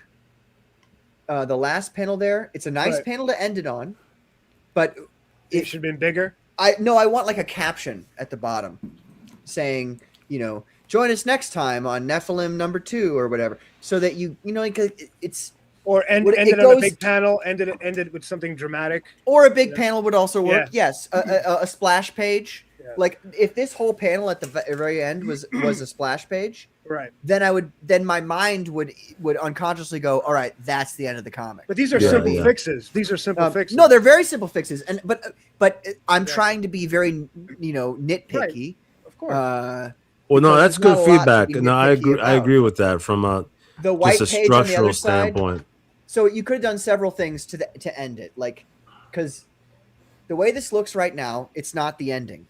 Yeah, the way this looks right now throws me off. It looks like there should be another page here on this side. Yeah, you're right. So either you make this page a full splash, Agreed. and you have that as like the Night Hunter, and then you actually, even with the splash, I would still like. I think he's using that white page for like a sketch, but it throws it off. Does he? Okay. I don't know. But I'm just thinking maybe that's the case. Yeah. But that aside, assume that's not the case. The white page. I would get rid of that white page. Get rid of the white page, yeah, or put like "thank you" to all my backers right here. Then people would. It looks kind of empty when you open it up. It's like you're expecting another page, but it's nothing. It's like blank. It's somehow it's jarring to see that white page there. But otherwise, a great first outing. Really, really great. I was about to say the same thing for a first book. That's impressive. Building up the story. And so he's a good artist, man. He's a very good artist. Very good artist. Yeah. I mean, awesome. I was actually really kind of blown away by some of these shots. Like this shot right here. This is a great shot right here.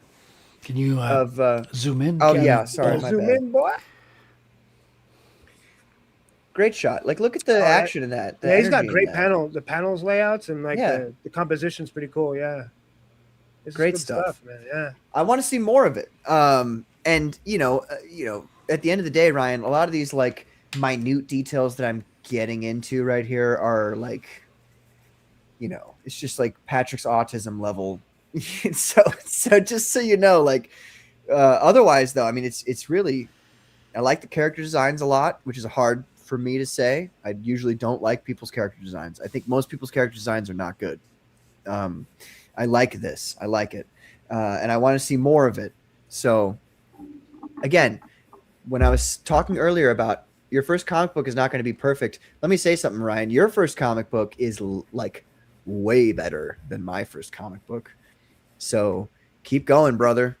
Keep going. It's going to be great. And I also, aside, like it's a minor point, but the cover being gloss, but the interior is not being gloss. Good job. Yeah, I like that. Don't ever make your interiors gloss. There's a lot of you really firsts think coming so? out this year. Yeah, no, interior should hard never to be read. gloss. Hard to read. Terrible. Yeah. Yeah, because like glare the light too much. reflects on it, so it'll mess up the coloring. Yeah.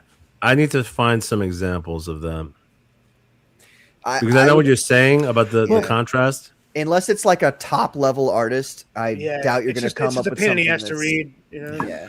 Just they did that with the early image stuff. They went full crazy. They went from full the old gloss. from newsprint to full gloss. Mm-hmm. And at first you're like, wow, what is this? This is new, because you had the first time seeing Photoshop and all that, so it was kind of mind blowing.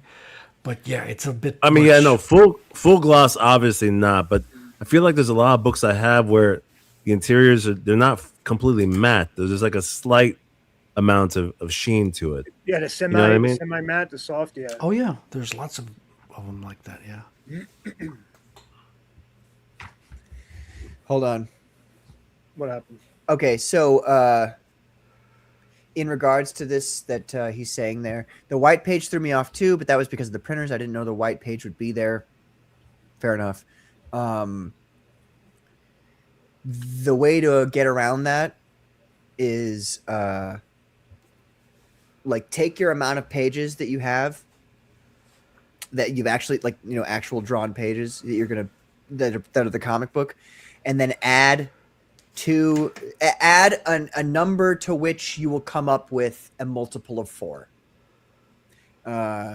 Because, and I don't know how you think about it, Ryan, but to me, the first page is the right side page as you open the book.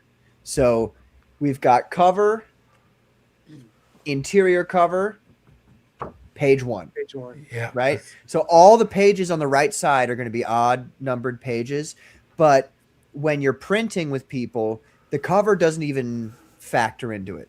Like the cover is not even a thing that you should factor in. All you should factor in are the actual pages that you have, and try to make it a multiple of 4 if you can. If you can't, because a multiple of 4 at the end of the day will end on this page, the left page. And I think they probably put this white page in that you didn't expect to be there because this page literally had to exist for this page 1 to exist. You see what I'm saying? I would draw each, if you got those books now before shipping them, I would draw something on them and just give them, I mean. Yeah.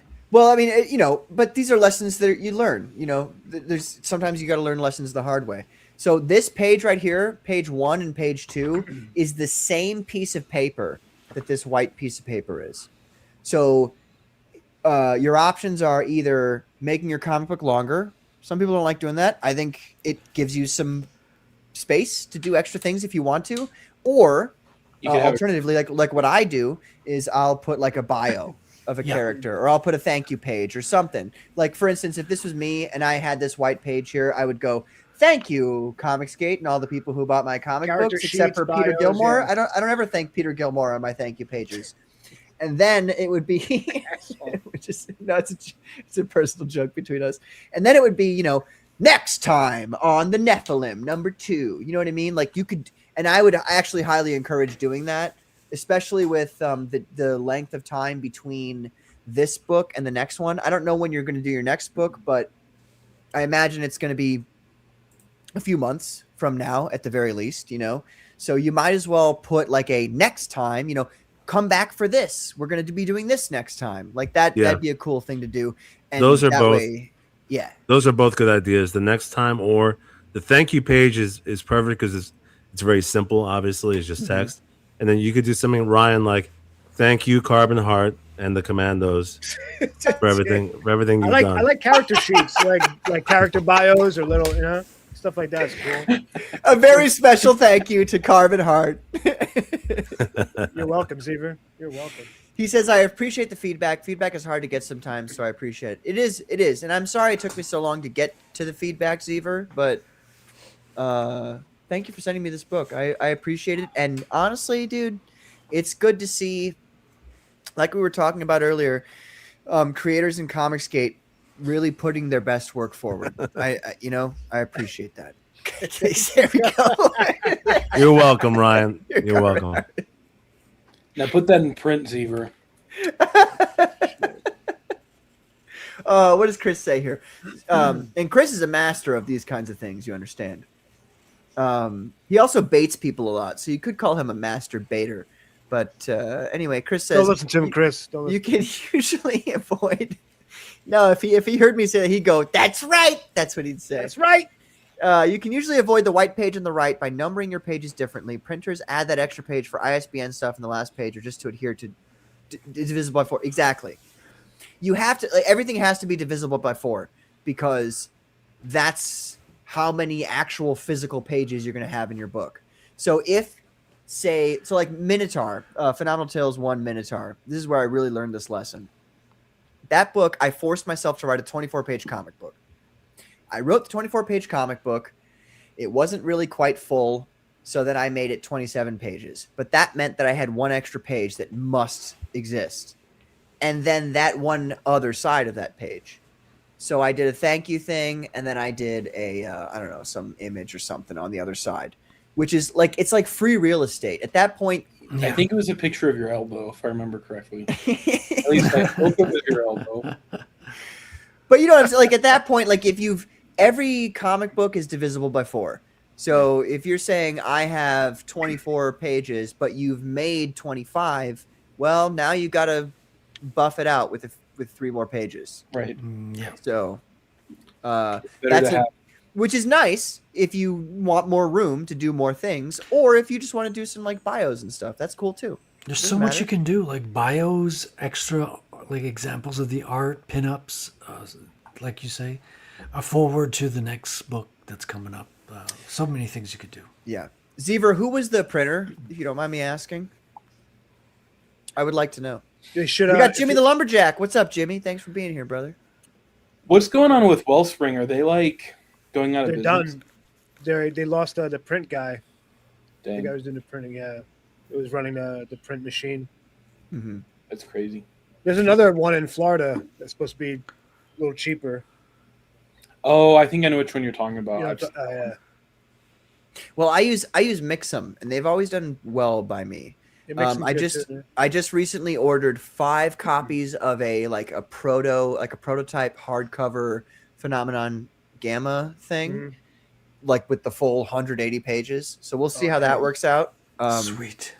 So They come back to me. They're like, "This is out of bleed.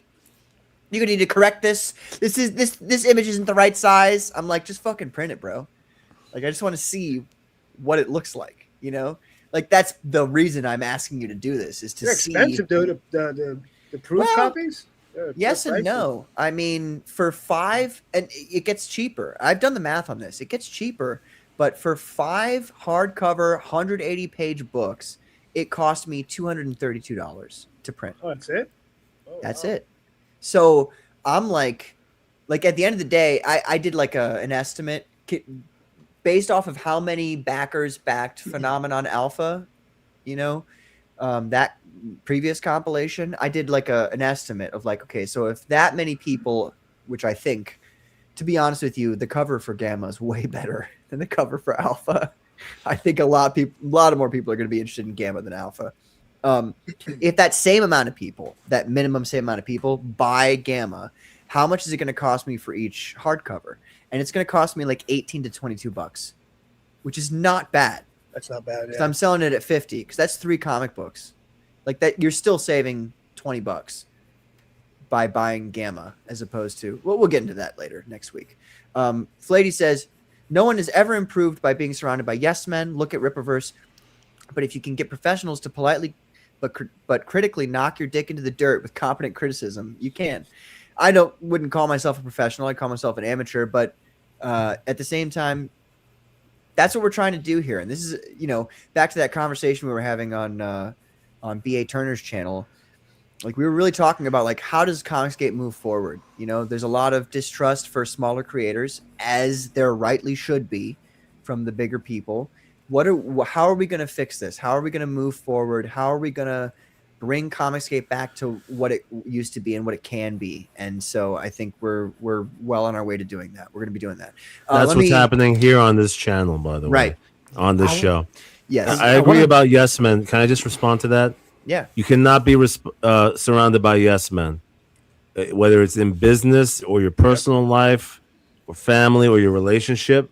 Those are the people who honestly don't really care. If somebody's putting even 10 seconds into giving you some feedback, then you should always at least hear them out and consider it. Yeah. I disagree. And I want to take this opportunity to push back as well, Patrick, on your calling yourself an amateur, because, dude, you've got a book drawn by Peter Gilmore with cover art by frickin' Ethan Van Sciver. You are not an amateur, my good man.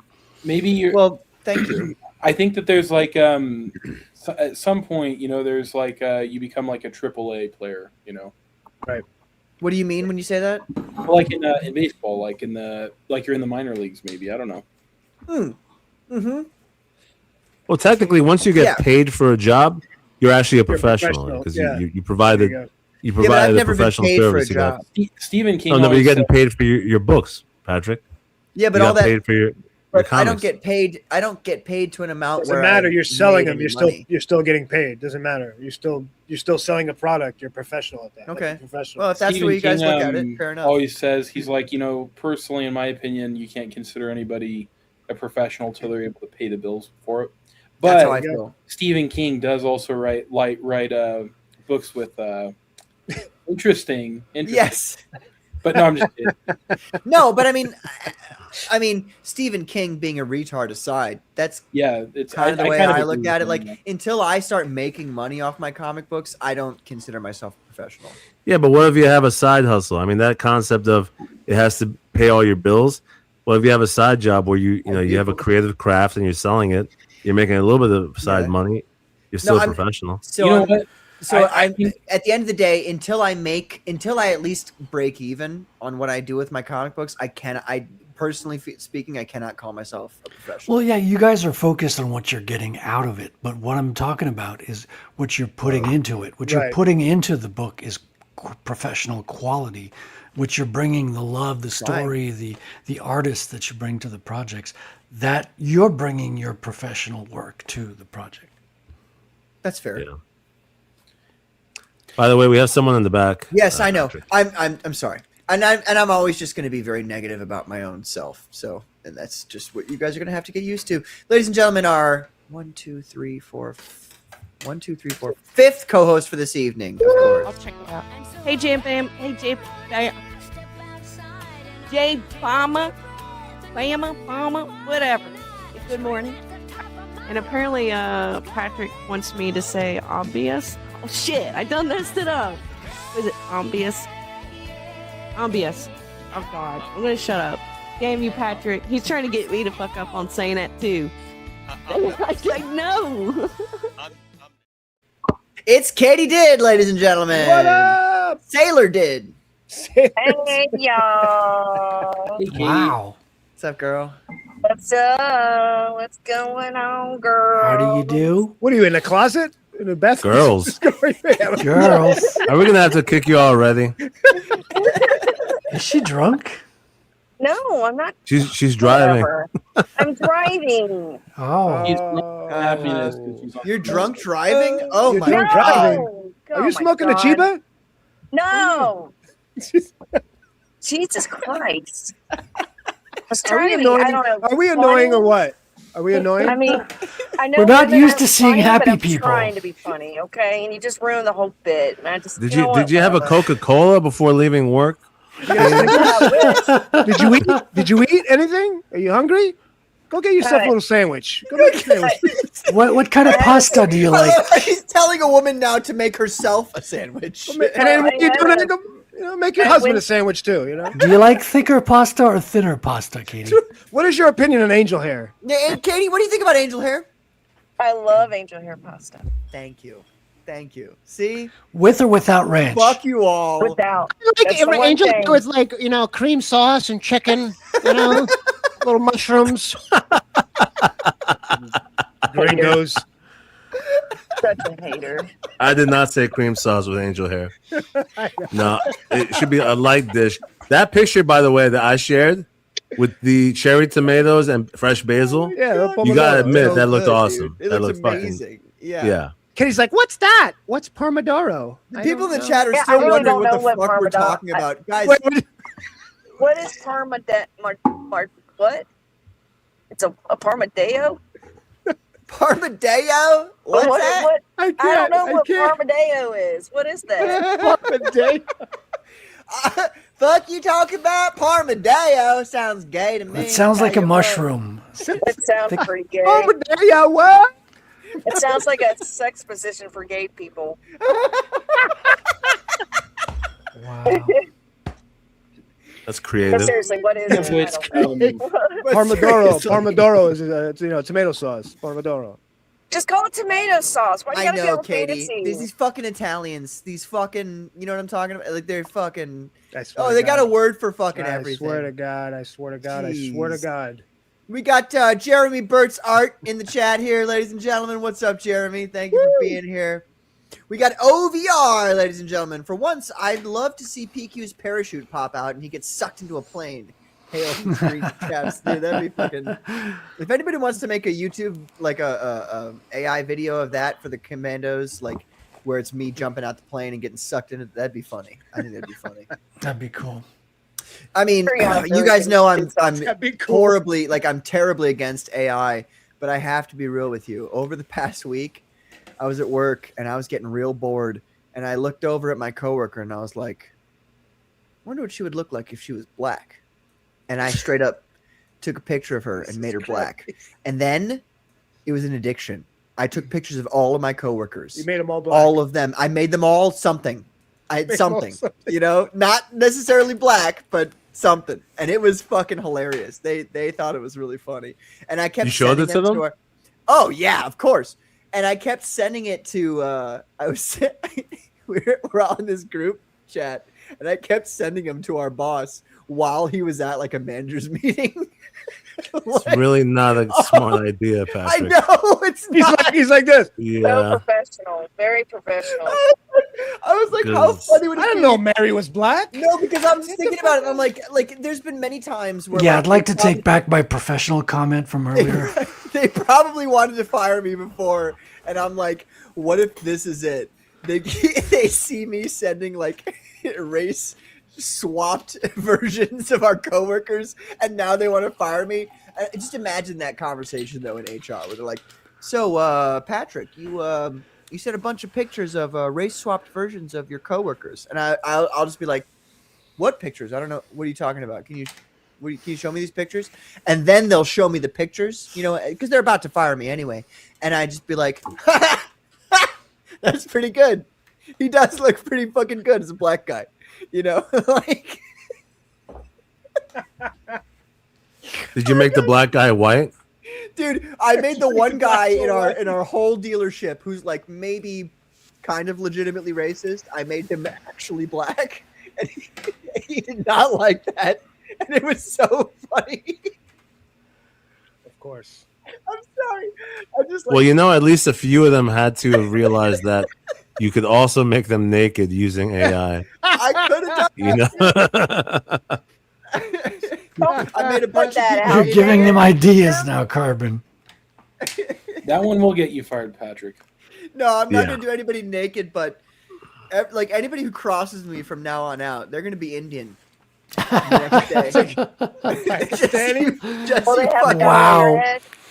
That's the race that he thought would be most insulting to everybody. Look, if you work in the automotive industry, that would also be the race that you were most insulted by. Listen, I live in Canada, and I'm not disagreeing. Are you talking about dot heads? Yes. Yes. Katie. Yeah. Jeets. I would never treat the feathers like that. Come on, Katie. You know better. Feathers? They're dot heads. What are you talking about feathers? Which Indian are we talking about? Like, are we talking That's what I'm about saying. Indian You or said, the you convenience said, are store they dot Indian? heads? And I said, they're not. Yes, they are dot heads. They're not the feathers. Okay. Okay, so we're talking about the Indian that owns the gas station, not the one that sits all day drunk outside of it. Yes. Correct. Oh, damn. No, the other Indian owns the casino, JJ. Anyway, we got Flaney. He says, "Man, that's right from the ISOM School of Comics. 30 to 40% dead empty space. Chef's kiss. Perfection of trash." What were we talking about when he said this? I don't remember what it was. The Spider-Man comic? Yes, it was the Spider-Man comic. Yeah. Mixum is a broker, says Chris. So they contract out different printers. It's a roll of the dice whether you'll get great or awful quality. I've had really great, like with one exception, which is where like the books came to me like water damaged. With that exception, Mixum has done me right. Like turn Are around. you talking about the Commandos Speedo calendars, Patrick, or was it something else? No, the Commandos Speedos calendars went through just fine. Okay. That was fine. By the way, that was a stretch goal, you guys. Time out. You talking about y'all wearing Speedos and making a calendar? Oh No, well, it was just a one-off thing. see- It happened just one day. You know, You didn't back. It just You didn't happened. back the book during that 24-hour period, so you See, didn't get it. that's good. Sorry. You should make a Comicsgate Commandos calendar, though. That'd be pretty badass. Yeah. Okay. We know you'd love that, Katie. We have We have half the people on stream right now, half the people on camera. Like, yeah, that's what it's gonna be. It's just gonna be like January, and it's just fucking JJ for January. Yeah, right. It's just a picture of JJ's book. Why don't they let the audience or Frederick and others do like drawings of everybody in the Commandos? Yeah. I bet Speedos. You mean in the Commandos or in Commando? So, how much am I getting paid to draw everybody in Speedos again? You better put me with a nice ass, all right? You better have a great ass. Right. That guy Scribe's a dick. He's a fucking wop, but he's got a great ass. Speedos and then had AR-15s and then posed with them. It's still very gay. You guys want us to be gay, don't you? Yeah, this is an uncomfortable conversation. Instead of Speedos, won't you wear like the boxers, except the ones that like the what do they call them? Katie, we don't know. Boxers. Okay. Katie, the only Commandos calendar that I would accept is each image is a picture of us in full military gear, literally violently ripping the throat out of some communist. Yes. You know what I mean? That'll work. Like horrible, disgusting violence. The guy, he's going, "Mama," as his throat is being ripped out by one of us, and there's blood everywhere. That'd be a cool. Make it like a violent calendar. Commandos calendar. Yeah, like it's the opposite of like a horror calendar. Like just straight up. Do it. Let's do it. I think it'd be a fun project. What about chicks? Put them on calendar. We don't want fuck. Nobody wants to look at us. Yeah, you know what? There is fuck calendars. No calendar is a good idea. I agree. No, I was saying we're not doing that. Calendar would be one what where it's about violent. coffee cups then with your favorite panelists? Oh my god. Nothing. You get nothing. Whatever. You get shit. So we're going to be selling Commando boxer shorts. What the fuck are you saying? I can't say it with a straight face, God damn it. Oh, boxer briefs. That's what I was thinking. Yeah, but it kind of defies the purpose of the show where you're supposed to go commando. Actually, that would actually be really funny if we sold boxer briefs, like Commandos boxer briefs. Yes. That'd actually be a funny joke. That'd be a Do funny it. one. And then on the top it says Commandos. Like see No. like Commandos. Every other day. No. We're moving on from this topic. We have one more what about comic. a case for your gun or your bow. That's Comicsgate Commandos. Serious man. We got a serious man. He says, "Happy Saturday, Commandos." Happy Saturday. Jimmy the Lumberjack. Patrick's more of a triple threat. He sings, writes, and drinks with the best of them. Thank you, sir. Yeah. And 7 of 9. What's up, 7 of 9? He What's says, up, "You're 7? a pro, Patrick." Thank you, 7 of 9. I appreciate that.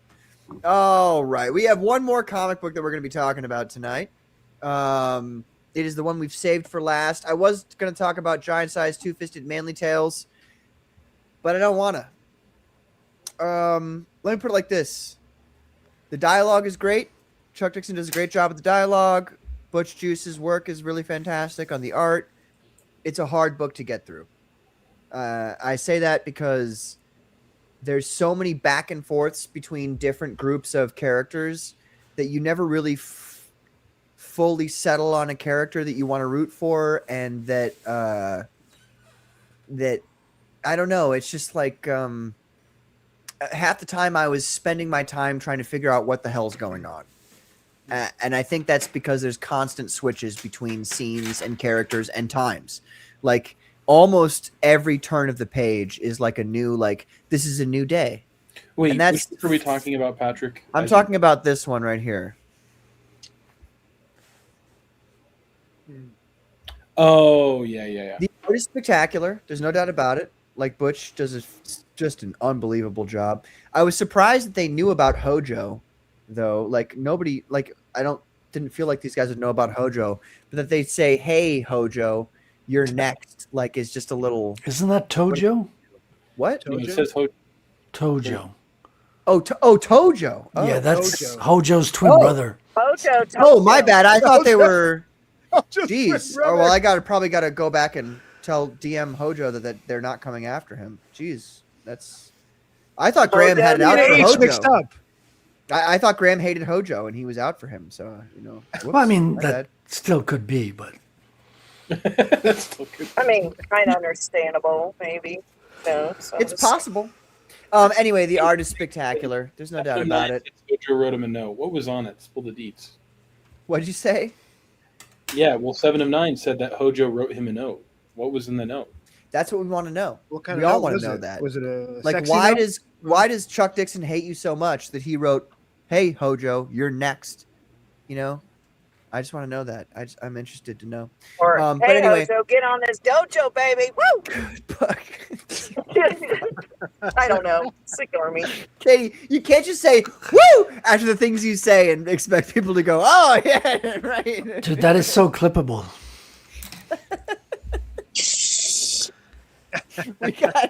So anyway, it's interesting. The best parts about that book are General George S. Patton being in this alternate universe and just fucking mowing people down. He's so racist too. I think it's really funny. Oh, you're making me regret I didn't He back it calls now. them some kind of like Chinese or some fucking Asian racist term, and it's Does he so call 'em funny. gooks? No, he doesn't say gooks. He says something about yellow. It's something. But it doesn't apply to Japanese people, but because all like, true-blooded Americans think that all Asian people are the same. It's the same thing like in Minotaur. If you guys read that, I don't know. Nobody ever commented on this in True. Minotaur. That there's like routine Asian racism jokes in that book that nobody ever commented on. That Minotaur is just super racist against Asians. He doesn't notice the difference. But anyway, all right. So we're gonna move on to the last book. We're at 10:08 here, ladies and gentlemen. 7 a.m.s before sunrise. Good God, I'm gonna let Carbon start it off because he's champing at the bit here. Yes, I have been wanting to review this book for a while, and by now, hopefully, most people have read it because there isn't that much to spoil in terms of like a big reveal. You know what I mean? It's not a slow burn, but it's a Western, so it's not as if I'm going to be spoiling much. But I do want to talk about what happens in the book. First and foremost, I'm going to be straight up. This has been my favorite comic I've read out of Comicsgate in the last year. Mm-hmm. Without a doubt. Even of the biggest pros in CG. This was phenomenal. And why? Why is that though? Why, in curiosity, compared to all the other books, what makes it your most favorite this year? Well, Katie, if you yeah. could stop talking for a singular second, he would yeah. he'd be able to describe that to you. But we're all I kind am of used to I am that about by to give a now. review on it. Yes. You seem to have forgotten that I am a woman. Fuck you, Patrick. a woman? How could I? You're always yapping. Go ahead, Carbon. Christian Rossi's art. We've talked about these preview pages before, and we were always impressed with it. Every page is consistently a knockout page. Nice. The color palette, the use of shadows, the atmosphere, the composition on each page, he knocks it out of the park. It's consistent throughout the entire book. It's a stellar job. Tom Tuttle, I have to commend. It's apparent that he spent a lot of time honing in on the writing to make it flow from start to finish. It does not feel like 44 pages. It feels like 20 pages when you go through it. So in contrast to what I was talking about earlier with other books about some pages being overloaded with text and exposition, this has the perfect amount of text on each page where it flows in the Z shape, top left to top right, down to bottom left, bottom right. It meshes with the action perfectly, so that it doesn't feel like you have to be bouncing your eye between the art and the text too much. It flows naturally. The dialogue is not overwritten, like it doesn't try to sound fancy. It has the Western vibe. It's clear that Tom Tuttle knows his stuff. It's reminiscent of the good, the bad, and the ugly with Clint Eastwood, which is one of my favorite movies. Yeah. It's also reminiscent of what's the Once Upon a Time in the West with Charles Bronson. Mm-hmm. The vampire element was well done. Well, actually, I need to comment on the first page, which is not on the campaign here. Maybe one of you guys will. Maybe Patrick, if you want to pull up the book later on. I have it right here, Carbon. If you just blow me up, Patrick, I can open it. Like blow you up in a Muslim way or like in a Muslim. Okay. Allah Akbar. There's this narrative device that he does where I've got this the is black the and first white page. version. I'm sending the color version off to a friend. So the book's not narrated by this character completely. It's partially narrated, though. He's a person who exists in the world. I'm not going to spoil, actually, because it's cool when you see it happen. But he gives you this direct introduction to the story. Carlos Gilberto, right? That's his name? Yeah. I love it because it hits you right in the face when you open the book. He's looking directly at you, the reader. It's very engaging. It grabs your attention. You're not bored at all with his book. And the book Dan ends Lawless, with him. by the way. Dan Lawless does the first and last page. He also gives you this cool outro where it's like, oh, until next time, guys. I love the vibe. Mm-hmm. Awesome vibe. So to give a rating scale, because I don't want to be too long-winded here. I do need to be as mention. long-winded as you want. Like honestly, like this is such a good book. You ought to feel like you can just expound upon it. Yeah. The way he structured the plot was very brilliant, I have to say. Like, yeah, the engagement and how he learned everything. Smart. Love the incorporation of the flashbacks to show you the backstory with his love interest. Really well executed. It felt like a movie. It really did. Yeah. And I was talking about the writing of the dialogue. It's not overly written. It's very natural. It doesn't feel like he's trying to sound smart. Everybody has their own kind of voice, but it also does sound like a Western. Yeah, I was saying. Yeah, it's got a lot of quiet moments too, where there's like barely any text too. Yeah. Yeah, no, I really enjoyed it very much. The black and white looks great, but I have to admit the color, it does a lot for this book because, like I mentioned earlier, the use of just maybe 2 or 3 colors on each page is masterfully done by Christian Rossi. Right now, he's one of my favorite artists in CG. Yeah. And Tom knocked it out of the park, man. He really did. There's one reveal. I thought it was brilliant with the bridge scene, which is the climax of the book. Yeah. And with the holy water. I saw that. I'm like, Tom, I need to send you a bottle of wine for this. This is so well done. Yeah, really. I recommend this to anybody, and it's not an expensive book. He needs to continue making The this. real thing I want to ask Tom about the holy water thing, because I have to know when he wrote that idea. Because there is the Wolfenstein, not Wolfenstein. What's the word I'm looking for? There was that one series with the vampires, and it ended up being very gay. Castlevania, where they had a similar concept. So I do want to know like when he wrote this as opposed to when they wrote that. Not like I'm accusing the guy of copying it, but just like, it does at the end of the day, you're like, oh, well, who came first with that idea? You do want to know about that. But all that aside, and that's really very petty for me to say, to be honest with you. I'm going to pull back up, Frederick, the color version for 1 second, because I want to show this specific. Yeah. Pages like this where there is no dialogue. You know what I mean? It just creates atmosphere. Mm-hmm. Beautifully done. Yeah, it's well. Yeah. But you sit on this page, don't you? Like you were talking earlier about how, like, you don't want to spend too much time on a page.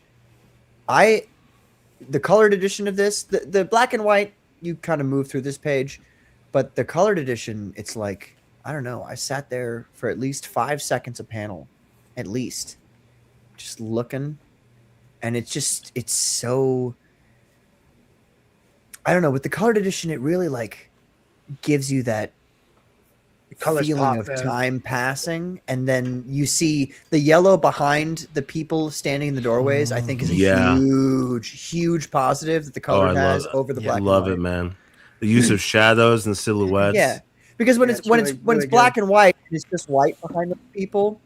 You barely even notice it, but when it's yellow, this yellow that's popping out through the blue, then you're like, whoa, whoa, whoa, whoa. You know what I mean? I love the nighttime scenes where it's like it's this weird dim purplish bluish thing on it. Yeah. It's great, dude. But it's not black, right? Right, yeah. He's still like he's doing things during nighttime, but it's all very easily like you can see exactly what's going on, Right. even though it's nighttime. Great. He's a great But- artist, dude. He's a but great you color. know it's Yeah, nighttime. good Yeah, stuff, Christian dude. Rossi, dude, is a Yeah. fucking that panel right there, the first Yeah. panel right there. Holy smokes! It's just cool. Well- It's cool stuff. I'm always impressed by the use of the concept of less is more. Yes. I think that's very challenging to do. You know what I mean? Yeah, it's With- very close when to it comes to Mignola with the silhouettes and the colors. exactly Mike Mignola. Yeah, has that vibe. Yeah. Yes. Yeah, it's hard to do for both art and writing, and this book pulls both off. With it's not oversaturated with dialogue. They keep it short and simple, which is such a good practice. Yeah, so let me just score this book. The art, 9 out of 10. I know that I gave Shant a 9 out of 10 for his art, and it's funny to contrast the two because Shant, from a technical standpoint, is stellar. Like, he's up there. And obviously this is simpler art, but because of the execution of it, because of the coloring and the atmosphere, I would still give this a 9. It's just in a different category, you know what I mean? Right. Yeah. Writing, a story, it's reminiscent of some of my favorite Westerns, like Good, the Bad, and the Ugly. I see the influences, but it does not detract from it, even though I could see where some of the ideas came from. But it's well done. It flows. I give it an 8 out of 10 on story. Nice. And then writing, 9 out of 10, because like I said, keeping it short and simple, having it flow page to page, like it feels like you're not even reading, like you're Right. flipping through it like a movie, you know? Yeah. Really well done, Tom. Yeah. Well, and that's what I always try to explain to people when it comes to normies like me. Like, make it easy for us to flow. So I am like I'm watching a movie, you know. So, and just I remember talking to Tom about this, and that he's worked on this for years. Like, this is a lifelong story that he's crafted over decades, and now to finally put in the book, it just shows like the patience, hard work, and dedication to making the story perfect in his eyes. Yes. And I think it's a great example of like, look, you don't need to come up with an idea and then poof, book. He's been cooking this for a long time, and it shows. So Well, I mean, yes and no. What I would say is like, yeah, he's been cooking the story for a while, but like, there's a lot of aspects of this, Katie, that are like from the pants, almost like where he's just flying from the seat of his pants. In regards to like, because like Tom didn't know that he would get to work with Christian, right? Like he didn't know that until much more recently when he did work with Christian. So like, yes, he's been working on the story for a long time, but there's a difference between like thinking about a story and then putting it to page and putting it to comic book page, even more importantly.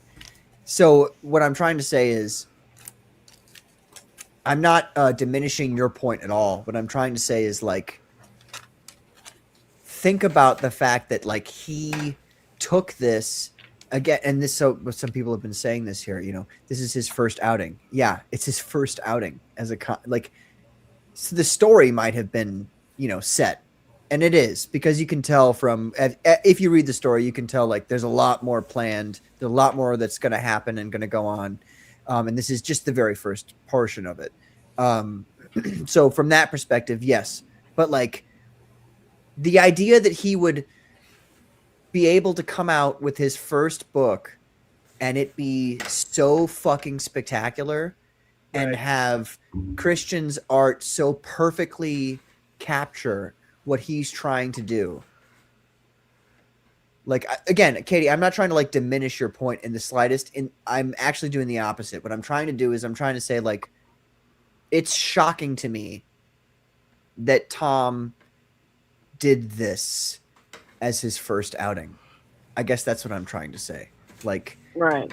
like what But- he's done here is so like, because Katie, like at the same time, like Katie, from that same perspective, Katie, I wrote Phenomenon before I published my first book. Like it was done 2 years before I published my first book, and my first book is garbage compared to this fucking. Like this is so that's good. because of Like this unfortunate is unbelievable. circumstances, but still, though. No, I no, mean- no. No. I reject that.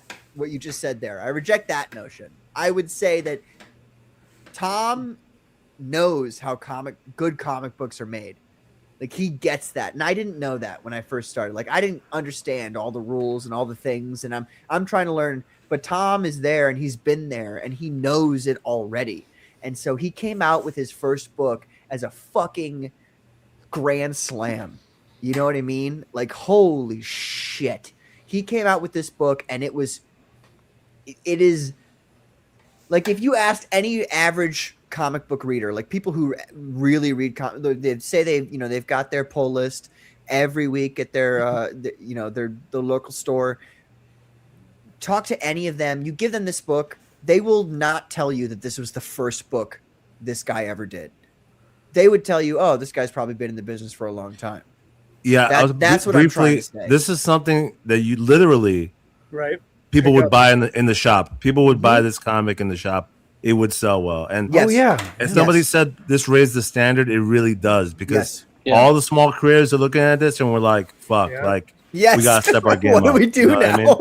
Yeah, that's what I was saying earlier about the bar being raised. I was actually thinking about this book because I don't know. You look at like a lot of the first, like when CG was kind of first starting, a lot of the people when they're making their first books, they were just kind of a little incoherent sometimes, not even that interesting. But you could tell that the way Tom wrote the script, he had a pretty good idea of visuals, layouts, and that kind of stuff. And then, obviously Christian, he came in and you can see like a bit of a Mike Mignola influence. Yes, completely. Oh yeah. Yeah. Yeah, It's good like use of shadows. A gothic western. It's pretty cool. Yeah, this is great. Great looking book, man. Tom's awesome, dude. Kristen's a great artist. Good package. I forgot to say, so other influences that I liked. Desperado, the Antonio Banderas movie, right? It's good. Good And movie. also, obviously, From Dusk Till Dawn with the whole vampire. So it's basically Good, the Bad, and the Ugly meets the Dusk Till Dawn and Desperado, which are 3 fucking amazing movies. Yeah. It's got some Lost Boys vibes a little bit. Lost Boys. Yeah, I'm looking forward to this new guy too on the scene. He's got his first book coming out in CG. Giant robots. His name is Scribby or something. Scribby. Yeah, no, I heard of that guy, Scribby. Oh, Scribby, that's such a cute name. Hey, Scribby. It is, isn't it? I think I talked to him in the morning. You know, Now, JJ, I know where all you guys live, right? I heard he was a fag. Is that true? Yeah, very true. Oh, damn. I wanted to support the guy. Damn, that's You guys are gonna be paying some visits from Vincenzo and Luigi's. Gonna be coming to your guys' houses. Well, I just want to let you know, Say little hi. Vincenzo and Luigi are going to end up with, they're going to be breathing through their torsos. That's all right. We got it covered. We tell got it covered. I hope they speak French. Tell Luigi foreign. to come in my house. He Not a needs to big bring some deal. angel hair pasta. Okay. Oh, Jesus Christ. You guys are racist. That's racist, by the way. I take offense to that. No, but hold on. I know we're getting a little, and I'm I was trying to say a lot of talent in that book coming out with Ben Herrera. I know, and yes, but let's hold on. Let's focus on 7 Amens here. I really do want to, like, good God, folks. Hold on. Carbon, I'm going to take this shit down here. Good God. 7 Amens, which is a joke that we have with Tom. 7 Amens before sundown. 7 a.m.s before sundown. God damn. And I told him this, but I would like to say it in front of everybody here. This is the best book to have come out of CG in... Wow. I don't know how long. Well, you have to say it in your Donald Trump voice. Come on. Wow, what a great book. Everybody else comes in. They've got books that are all right. They're okay. They're not that great, but Tom Tuttle, what a patriot. He's a patriot. Christian Rossi sounds like a commie. Great artist. No, but seriously, like, guys, this is like, I read this book and I read it immediately again a second time. Like, it sucks because, like, I'm friends with Tom. So, like, that's the worst part about sucks this whole you're thing. friends with him. Yeah, No, I mean I'm that. glad Like, I'm not friends with him. No, I mean, like, if I was not friends with Tom, I would have no problem with going, this is the best book that comics Okay, has well, come let out me with have a crack at it because I'm the not past friends year and a half. with Tom. Okay, let me have a You know what I mean? quick crack But I am, at it. and so it makes it sound like I'm sucking up. You're going to want to get this book, folks, not only for yourself, you want to give it to a friend too. Like, this book is so good that it makes you want to just hand it out to people. Yeah. And go, read this, man. This is a good book. This is like, I think you made a good point. Like, this is like a standout in CG. This is one of the things that I think is going to bring people to CG who don't know what CG is. They're going to find good books like this that just resonate with them. No, seriously. It is whether or not you like Comicsgate, whether or not you like comic books, if you read this book, like, you will enjoy yourself. And I told Tom the same thing I'm going to tell you guys. I was very disappointed at the end of the book. I was very upset, actually. I was kind of mad. Like, I was actually a little bit mad because I don't get the full ending. Like, there's kind of a cliffhanger, and I'm like, what the fuck?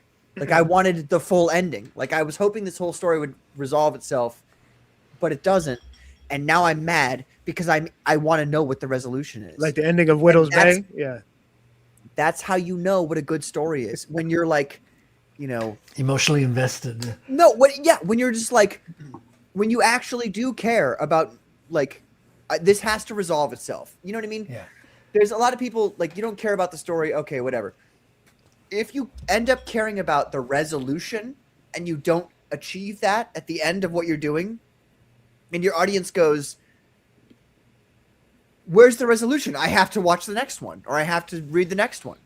That's the goal. That is the goal. Yeah. Well, you Especially can within give them partial resolution and keep them coming. Just give them a little bit here, a little bit. Well, he didn't have to keep me coming. Let me tell you that. What the fuck? Anyway, that was really helping with those rumors, Pat. Oh my goodness. Pause. I didn't say anything weird. You're right. Sure. No, guys, Clip, 7 a.m. before snip, sundown. snip. Look, it's just like, look, I'm going to say this, and this is that. This is my opinion on the subject. This book is the book that all of us have to aspire to. If you can't do this, try harder. That's what I'm saying. Like, if you like, this is it. This is the thing that you have to beat. You're an independent comic book creator. Even if you're, like, legitimately, even if you're fucking Ethan Van Sciver, Shane Davis, or John Malin, you have to aspire to this. If you can't do this, if you want to be a commando, you have to be able to do this and be like 5'11". Wouldn't it be really cool if Ethan did a review on it? I think Ethan only reviews shitty comic books, to be honest. I know, but still, it would be cool to see him look at it, and, like, it would definitely boost Tom, you know? It's a well-deserved, but celebrated I think Ethan, book. I don't know. His whole. Well, I think Ethan's actually close friends with Tom. Yeah. Chances are he already read it. I mean, and yeah. As a matter of fact, there's Chances also are he chances that provided some editorial. Tom may have consulted with Ethan in creating the book because, like I said, it's obvious how many times Tom poured over the writing of it. It's not easy to execute something that flows that well. Yeah. It really isn't. Well, and to be honest, though, Tom is like a writer in his own right. Like, outside of any editorial he would be provided by anybody else, like, he's a lawyer, so he knows his shit. You know what I mean? Like, he knows he's obviously very good at reading. I know from speaking to him and being around him that he knows Shakespeare very well. So he's obviously very well versed in actual literature. You know what I'm saying? So, but even so, people could be avid readers, right? I know many avid readers who aren't, they don't write at all. And like I said, it's a testament to doing a lot of research to narrative arcs, story structure, and dialogue flow. I mean, as a comic, it's kind of you earlier you were saying like all CG creators can look at this as an example. It really is, because it's kind of like an all-round really strong book. You know what I mean? Like there are other things, obviously, Godlike, I still I'm not going to pretend there aren't other books I like more. I still love Godlike, and also like this isn't a superhero book. I'm still a superhero fan, and there are other characters I enjoy more than the protagonist of this story. But as an all-rounder, like it pulls it off, like being like everything's at 8.5, and that's really solid, Yeah, it's really truly unbelievable. Really quick, hold on a second here.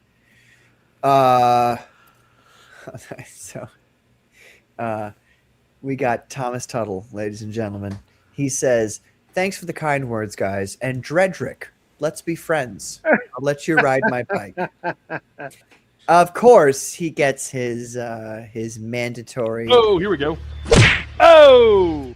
I think I'll give him. I'm going to give him this one. It's a longer video, but you deserve it because you're great. So, thank you. Don't worry, though. The one I've got for you is American made.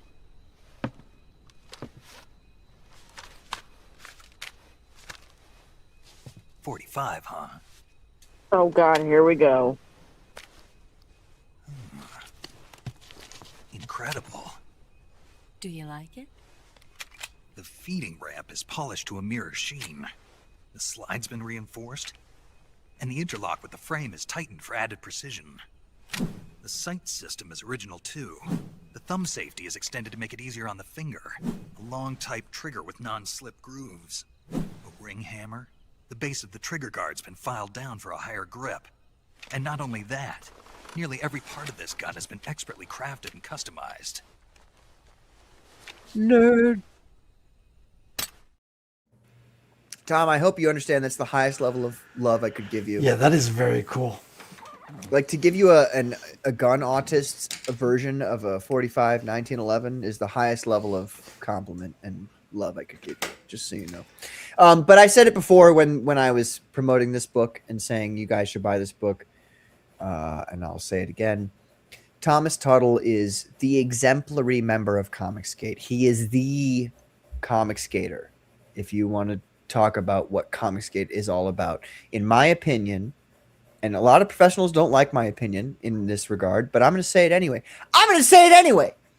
I think that a big portion, the living portion of Comicsgate, the thing that makes Comicsgate live and will continue to make it live into the future, is that non-professionals like Thomas, like myself, like Scribe, like JJ, like Carbon when he's getting going, obviously Frederick, who we've just seen.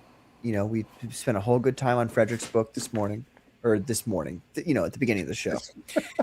It was a long time ago. This is what Comicsgate is about, is quote unquote non-professionals, people who weren't in the professional sphere of things, making comic books, making good comic books, making comic books that really make the art form proud, if the art form had sentience. This is I know that was I could have done that allegory better. This is what Comicsgate is about, and learning from the professionals. I'm sure he's spoken to Ethan or many other people who have helped him make this book, but I know at the end of the day that it was Tom who made this book and Christian Rossi who illustrated that book. This is what Comicsgate is about. That right there, making the fucking best thing that's happened in the past year and a half to 2 years in independent comics. That's what it's about.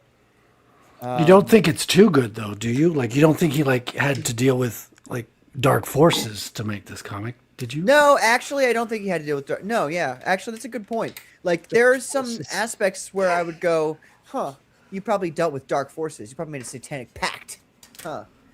Well, it would have made $3.7 million if he consulted with the dark forces. Oh man, good one. 3.7. Good one, Carmen. Lord. Very true. Very true. I couldn't have said it better. But also, I was going to say, it's also inspiring, because Mhm. Like, I'm the kind of guy, whether it comes to anything I'm into, music or working out, or now with the comics and the art, you read something like this and you're like, you know what? I feel like working even more on my stuff. Like immediately, like I'll pull up my stuff and like, you know what? Right now I'm inspired. Let me modify this. Let me write some more. You know? Yes. Exactly. And 100%. it's. I Can you imagine if like this was the example that we'd all seen instead of Eric July? You know, Yeah.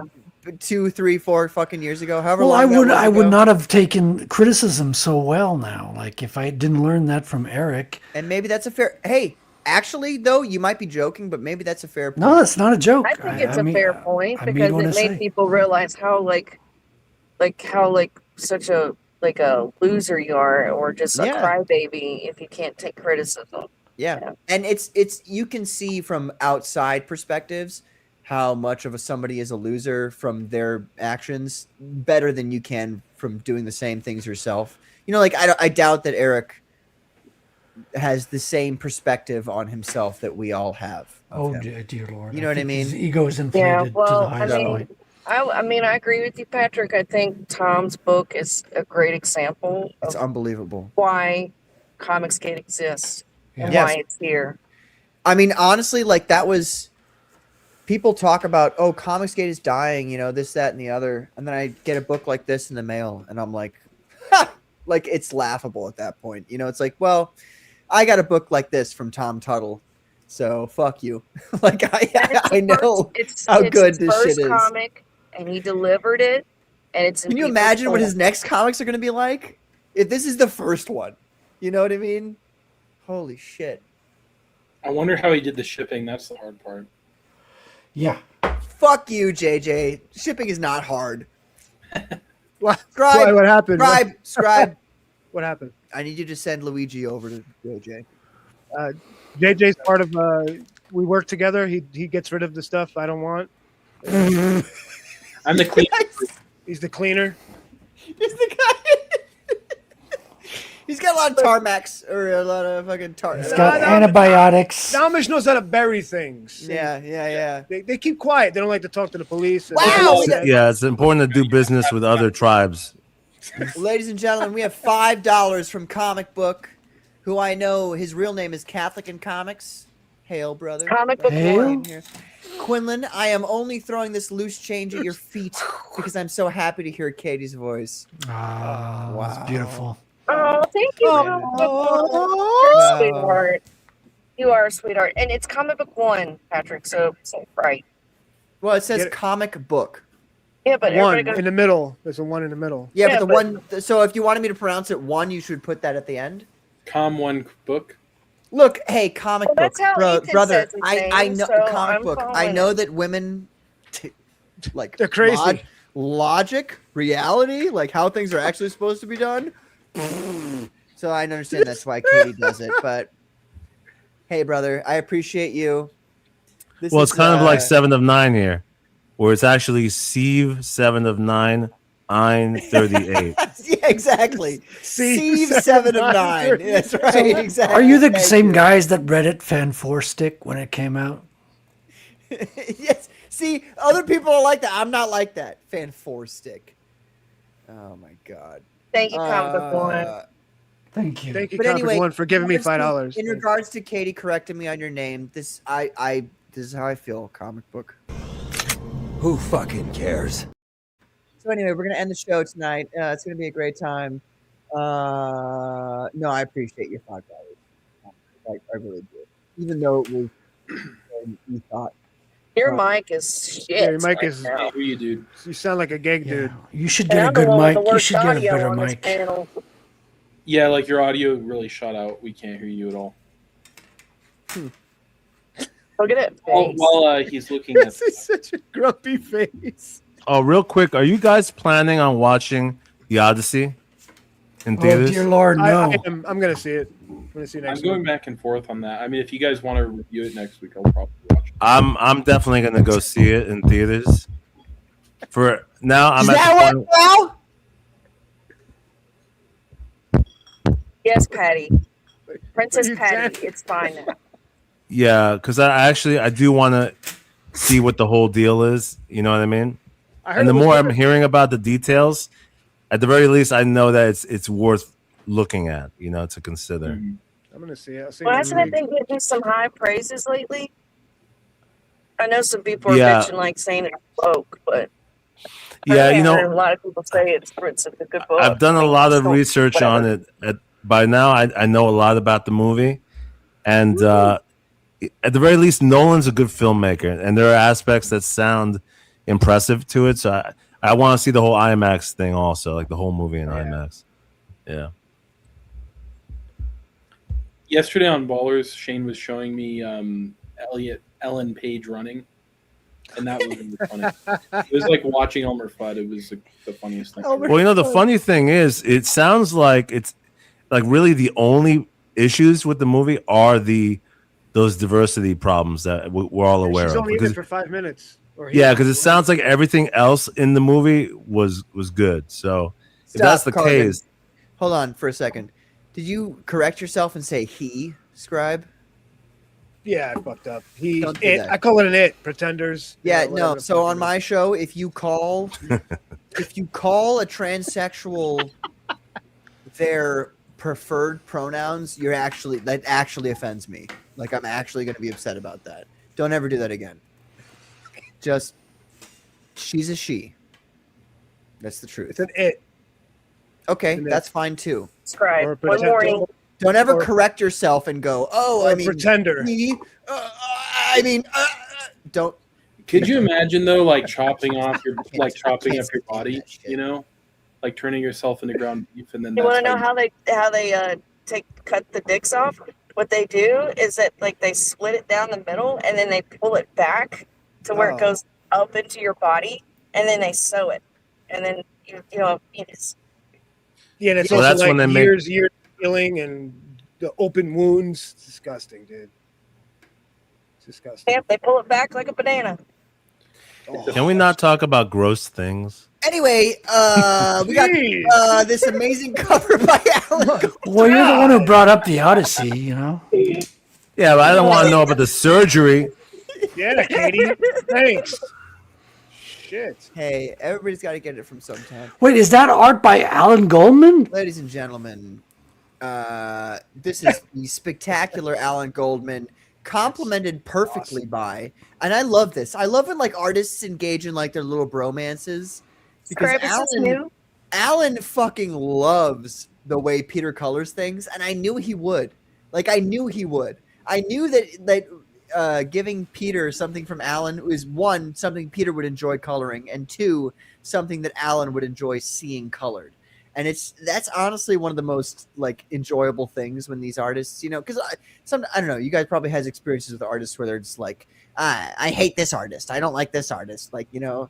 But I love when artists get along and they're so copacetic towards one another. And not that I had any doubts, to be sure with folks, like just to be honest with you. When you zoom in, it looks even better, dude. Like, Dude, I fucking love this cover, man. There is nothing about this cover that is bad in any way. Like, That's my it favorite all dude right looks- there. He's Yeah, an or action Killer figure. Baby. The shark dude. Go! Is this new, Scribe? Oh, this is like new as of a week ago, maybe. Okay, because I don't remember seeing this page. It's not a page. Cover. It's a cover. Cover, for, whatever. So good, it's a dude. cover for Gamma, which is the collected edition of pretty much all the relevant comic books for Phenomenon.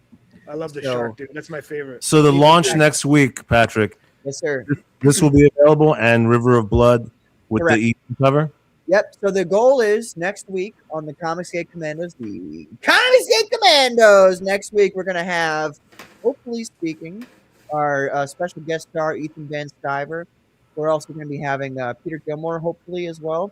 We're gonna have as many people on as we can. Obviously, I want to have Alan on, of course, as well for this cover that he's doing for the collected edition. This cover right here, for those wondering, the collected edition of Phenomenon Gamma, which is what it's called, will include all of the Phenomenon 1999 stories, all in one.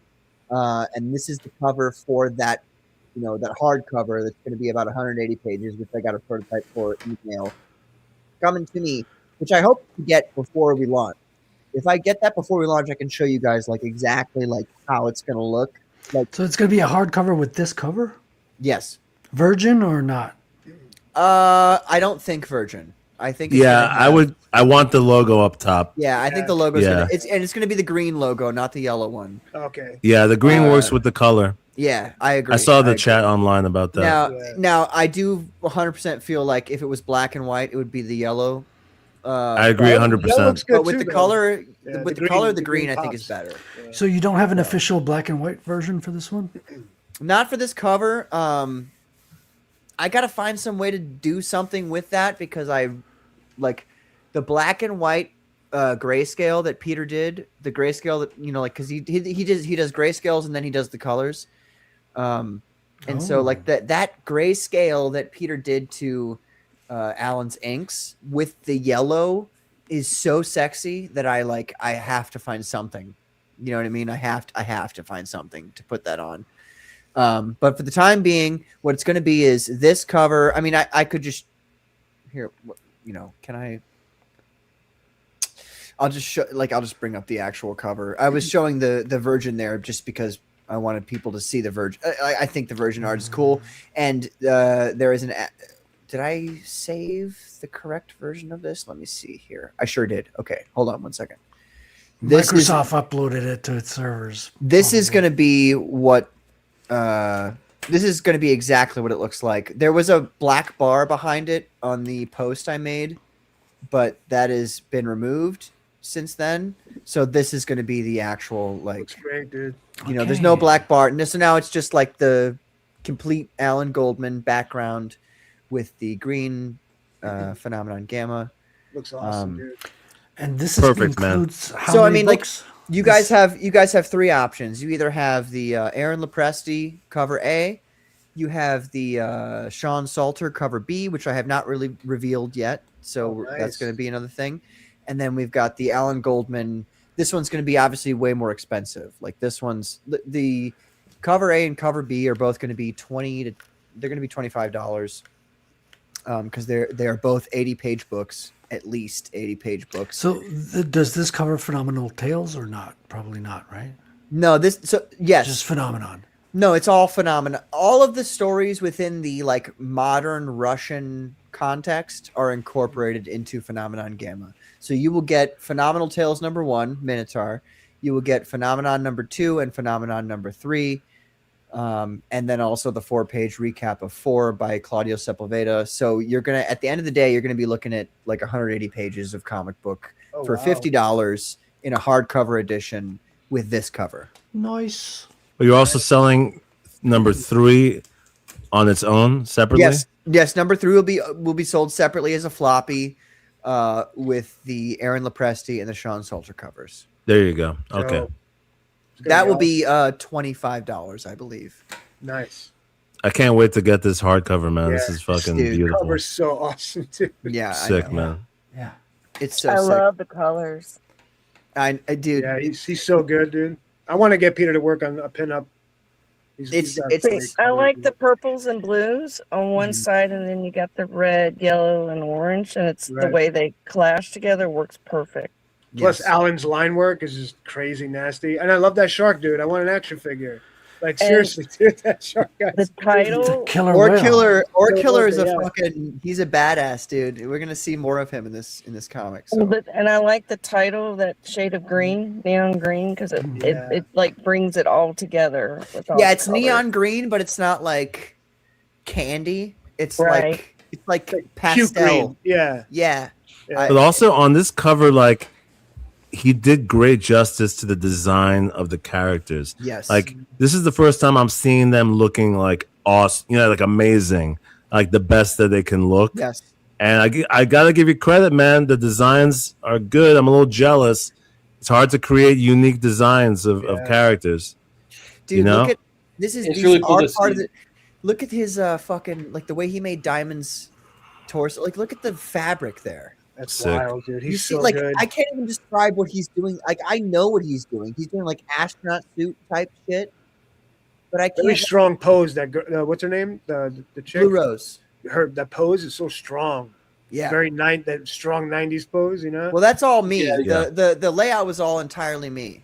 Okay. But nice. and then like fucking That's all me. This is my shit. Well, look, I mean, it's at some point you have to take like I'm not the kind of guy who takes credit for things that I do well, but I'm gonna do it right here. I'm gonna keep doing it with layouts with things because like I want people to know, like I'm 100% involved in this. Like this is my shit. I like the No, yeah, no, it's great that you do the layouts. It just sounds funny when the way you said that. No, I know, and but like at the end of the day, it wouldn't look like if you saw the original image, you would laugh. But when you see Alan Goldman's version of it, you're like, holy shit, you know, like it looks so fucking good, like it's so good. Which is what counts. It's the results. Exactly, it's the results. So we got like I love this fucking shot with the big boys, you know, Minotaur versus Aura Killer up here at the top. Yeah, I like the lightning in the back, like the blue, the eyes. like with Bro, the eyes coming out. You can seriously, you got a fighting game here already.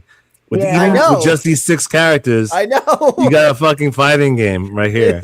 It's Very so true. sick. I got to be real. Like a lot of times, I'm like, wow, you know, I get images back from people, and I'm like, holy shit, this is so Right? cool. Is that the best feeling? But this Like, is what probably the this? coolest thing I've ever received from anybody. And I know that probably makes other people who've worked for me, if they hear that, say like, oh, fuck this guy. But like, dude, Alan fucking killed it. And I do see, if he's copacetic to it, I see a big future for Alan and me moving forward. If you know, it's all dependent on him. You know, I have to work with him. But like, I like in regards to, because I've worked with a lot of artists, and there's a lot of people who I've been like, you know, you're a great artist. It's not my style. You know what I mean? It's not what I'm looking for. Exactly. Like it's not what Doesn't my fit. brain is doing. Right. Peter is the first person who I was just like, color wise, like that's it right there. I can't go to any, like if Peter said to me one day, I don't want to color your stuff anymore, I don't know what I would do. I legitimately don't, because like he's got it. Whatever it is, he's got it.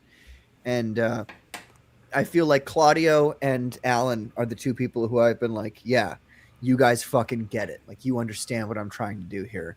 And so and Alan's such a great guy. You know what I mean? Like he's such a super awesome guy that it's just like, wow, it's great to be able to work with a person like that who you like. You know what's awesome? And also is very talented. Right.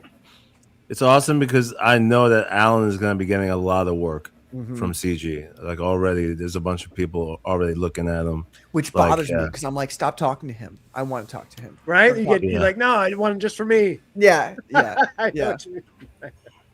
But anyway, all right, ladies and gentlemen, it's been about 3.5 hours. We appreciate you all being here. What a great show it's been. Holy smokes. We've reviewed a ton of comic books. I hope you guys appreciated this tonight. We usually, we don't always review comic books. It's I don't know, it's probably like a quarterly thing that we do. But I'm glad we had the opportunity to do it. Just, we didn't get to Fredericks for perfect 10. Oh, well, I didn't even know we were going to be talking about that tonight. We can talk about that next week. Yeah. That'd be fun, yeah. Sorry, I mean, like, if you guys are like, if you tell me like, yeah, let's do this. I'm sorry, Frederick. I would Get the have list. set aside some time for that. I wouldn't have even brought up my comic book until we talked about that, had I known we were really doing it. Yeah, we forgot. Well, but at the same time, only Frederick has that, right? Do you guys have that? No, I don't have it.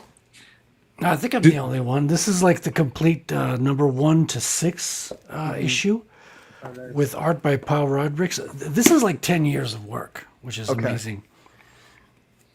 Yeah, Well, we gotta flip through that on another show. Due. Yeah, Yeah. let's give it its full due.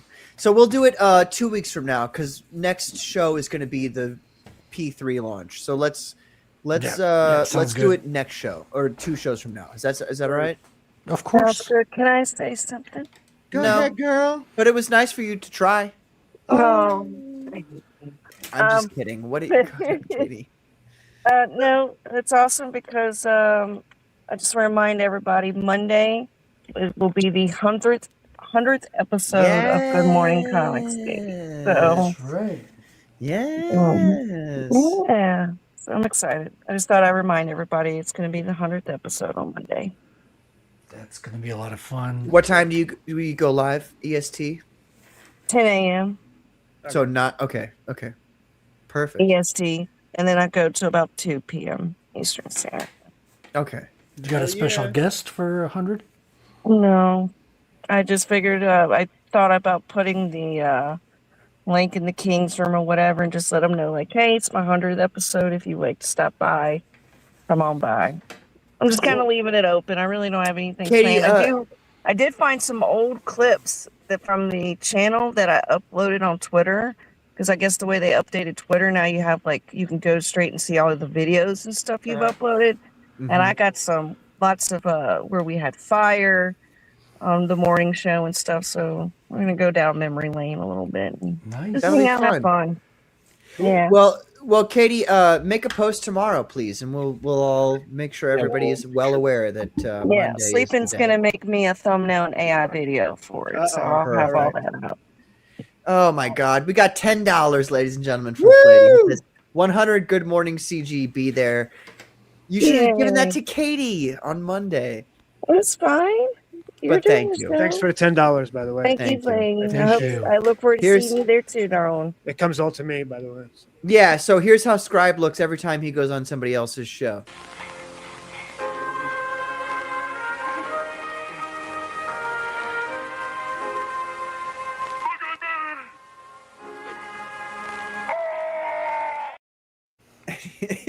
Anyway, thank you all for being here this evening. We love you. Have a great night. We will see you Monday on Good Morning CG. Goodbye.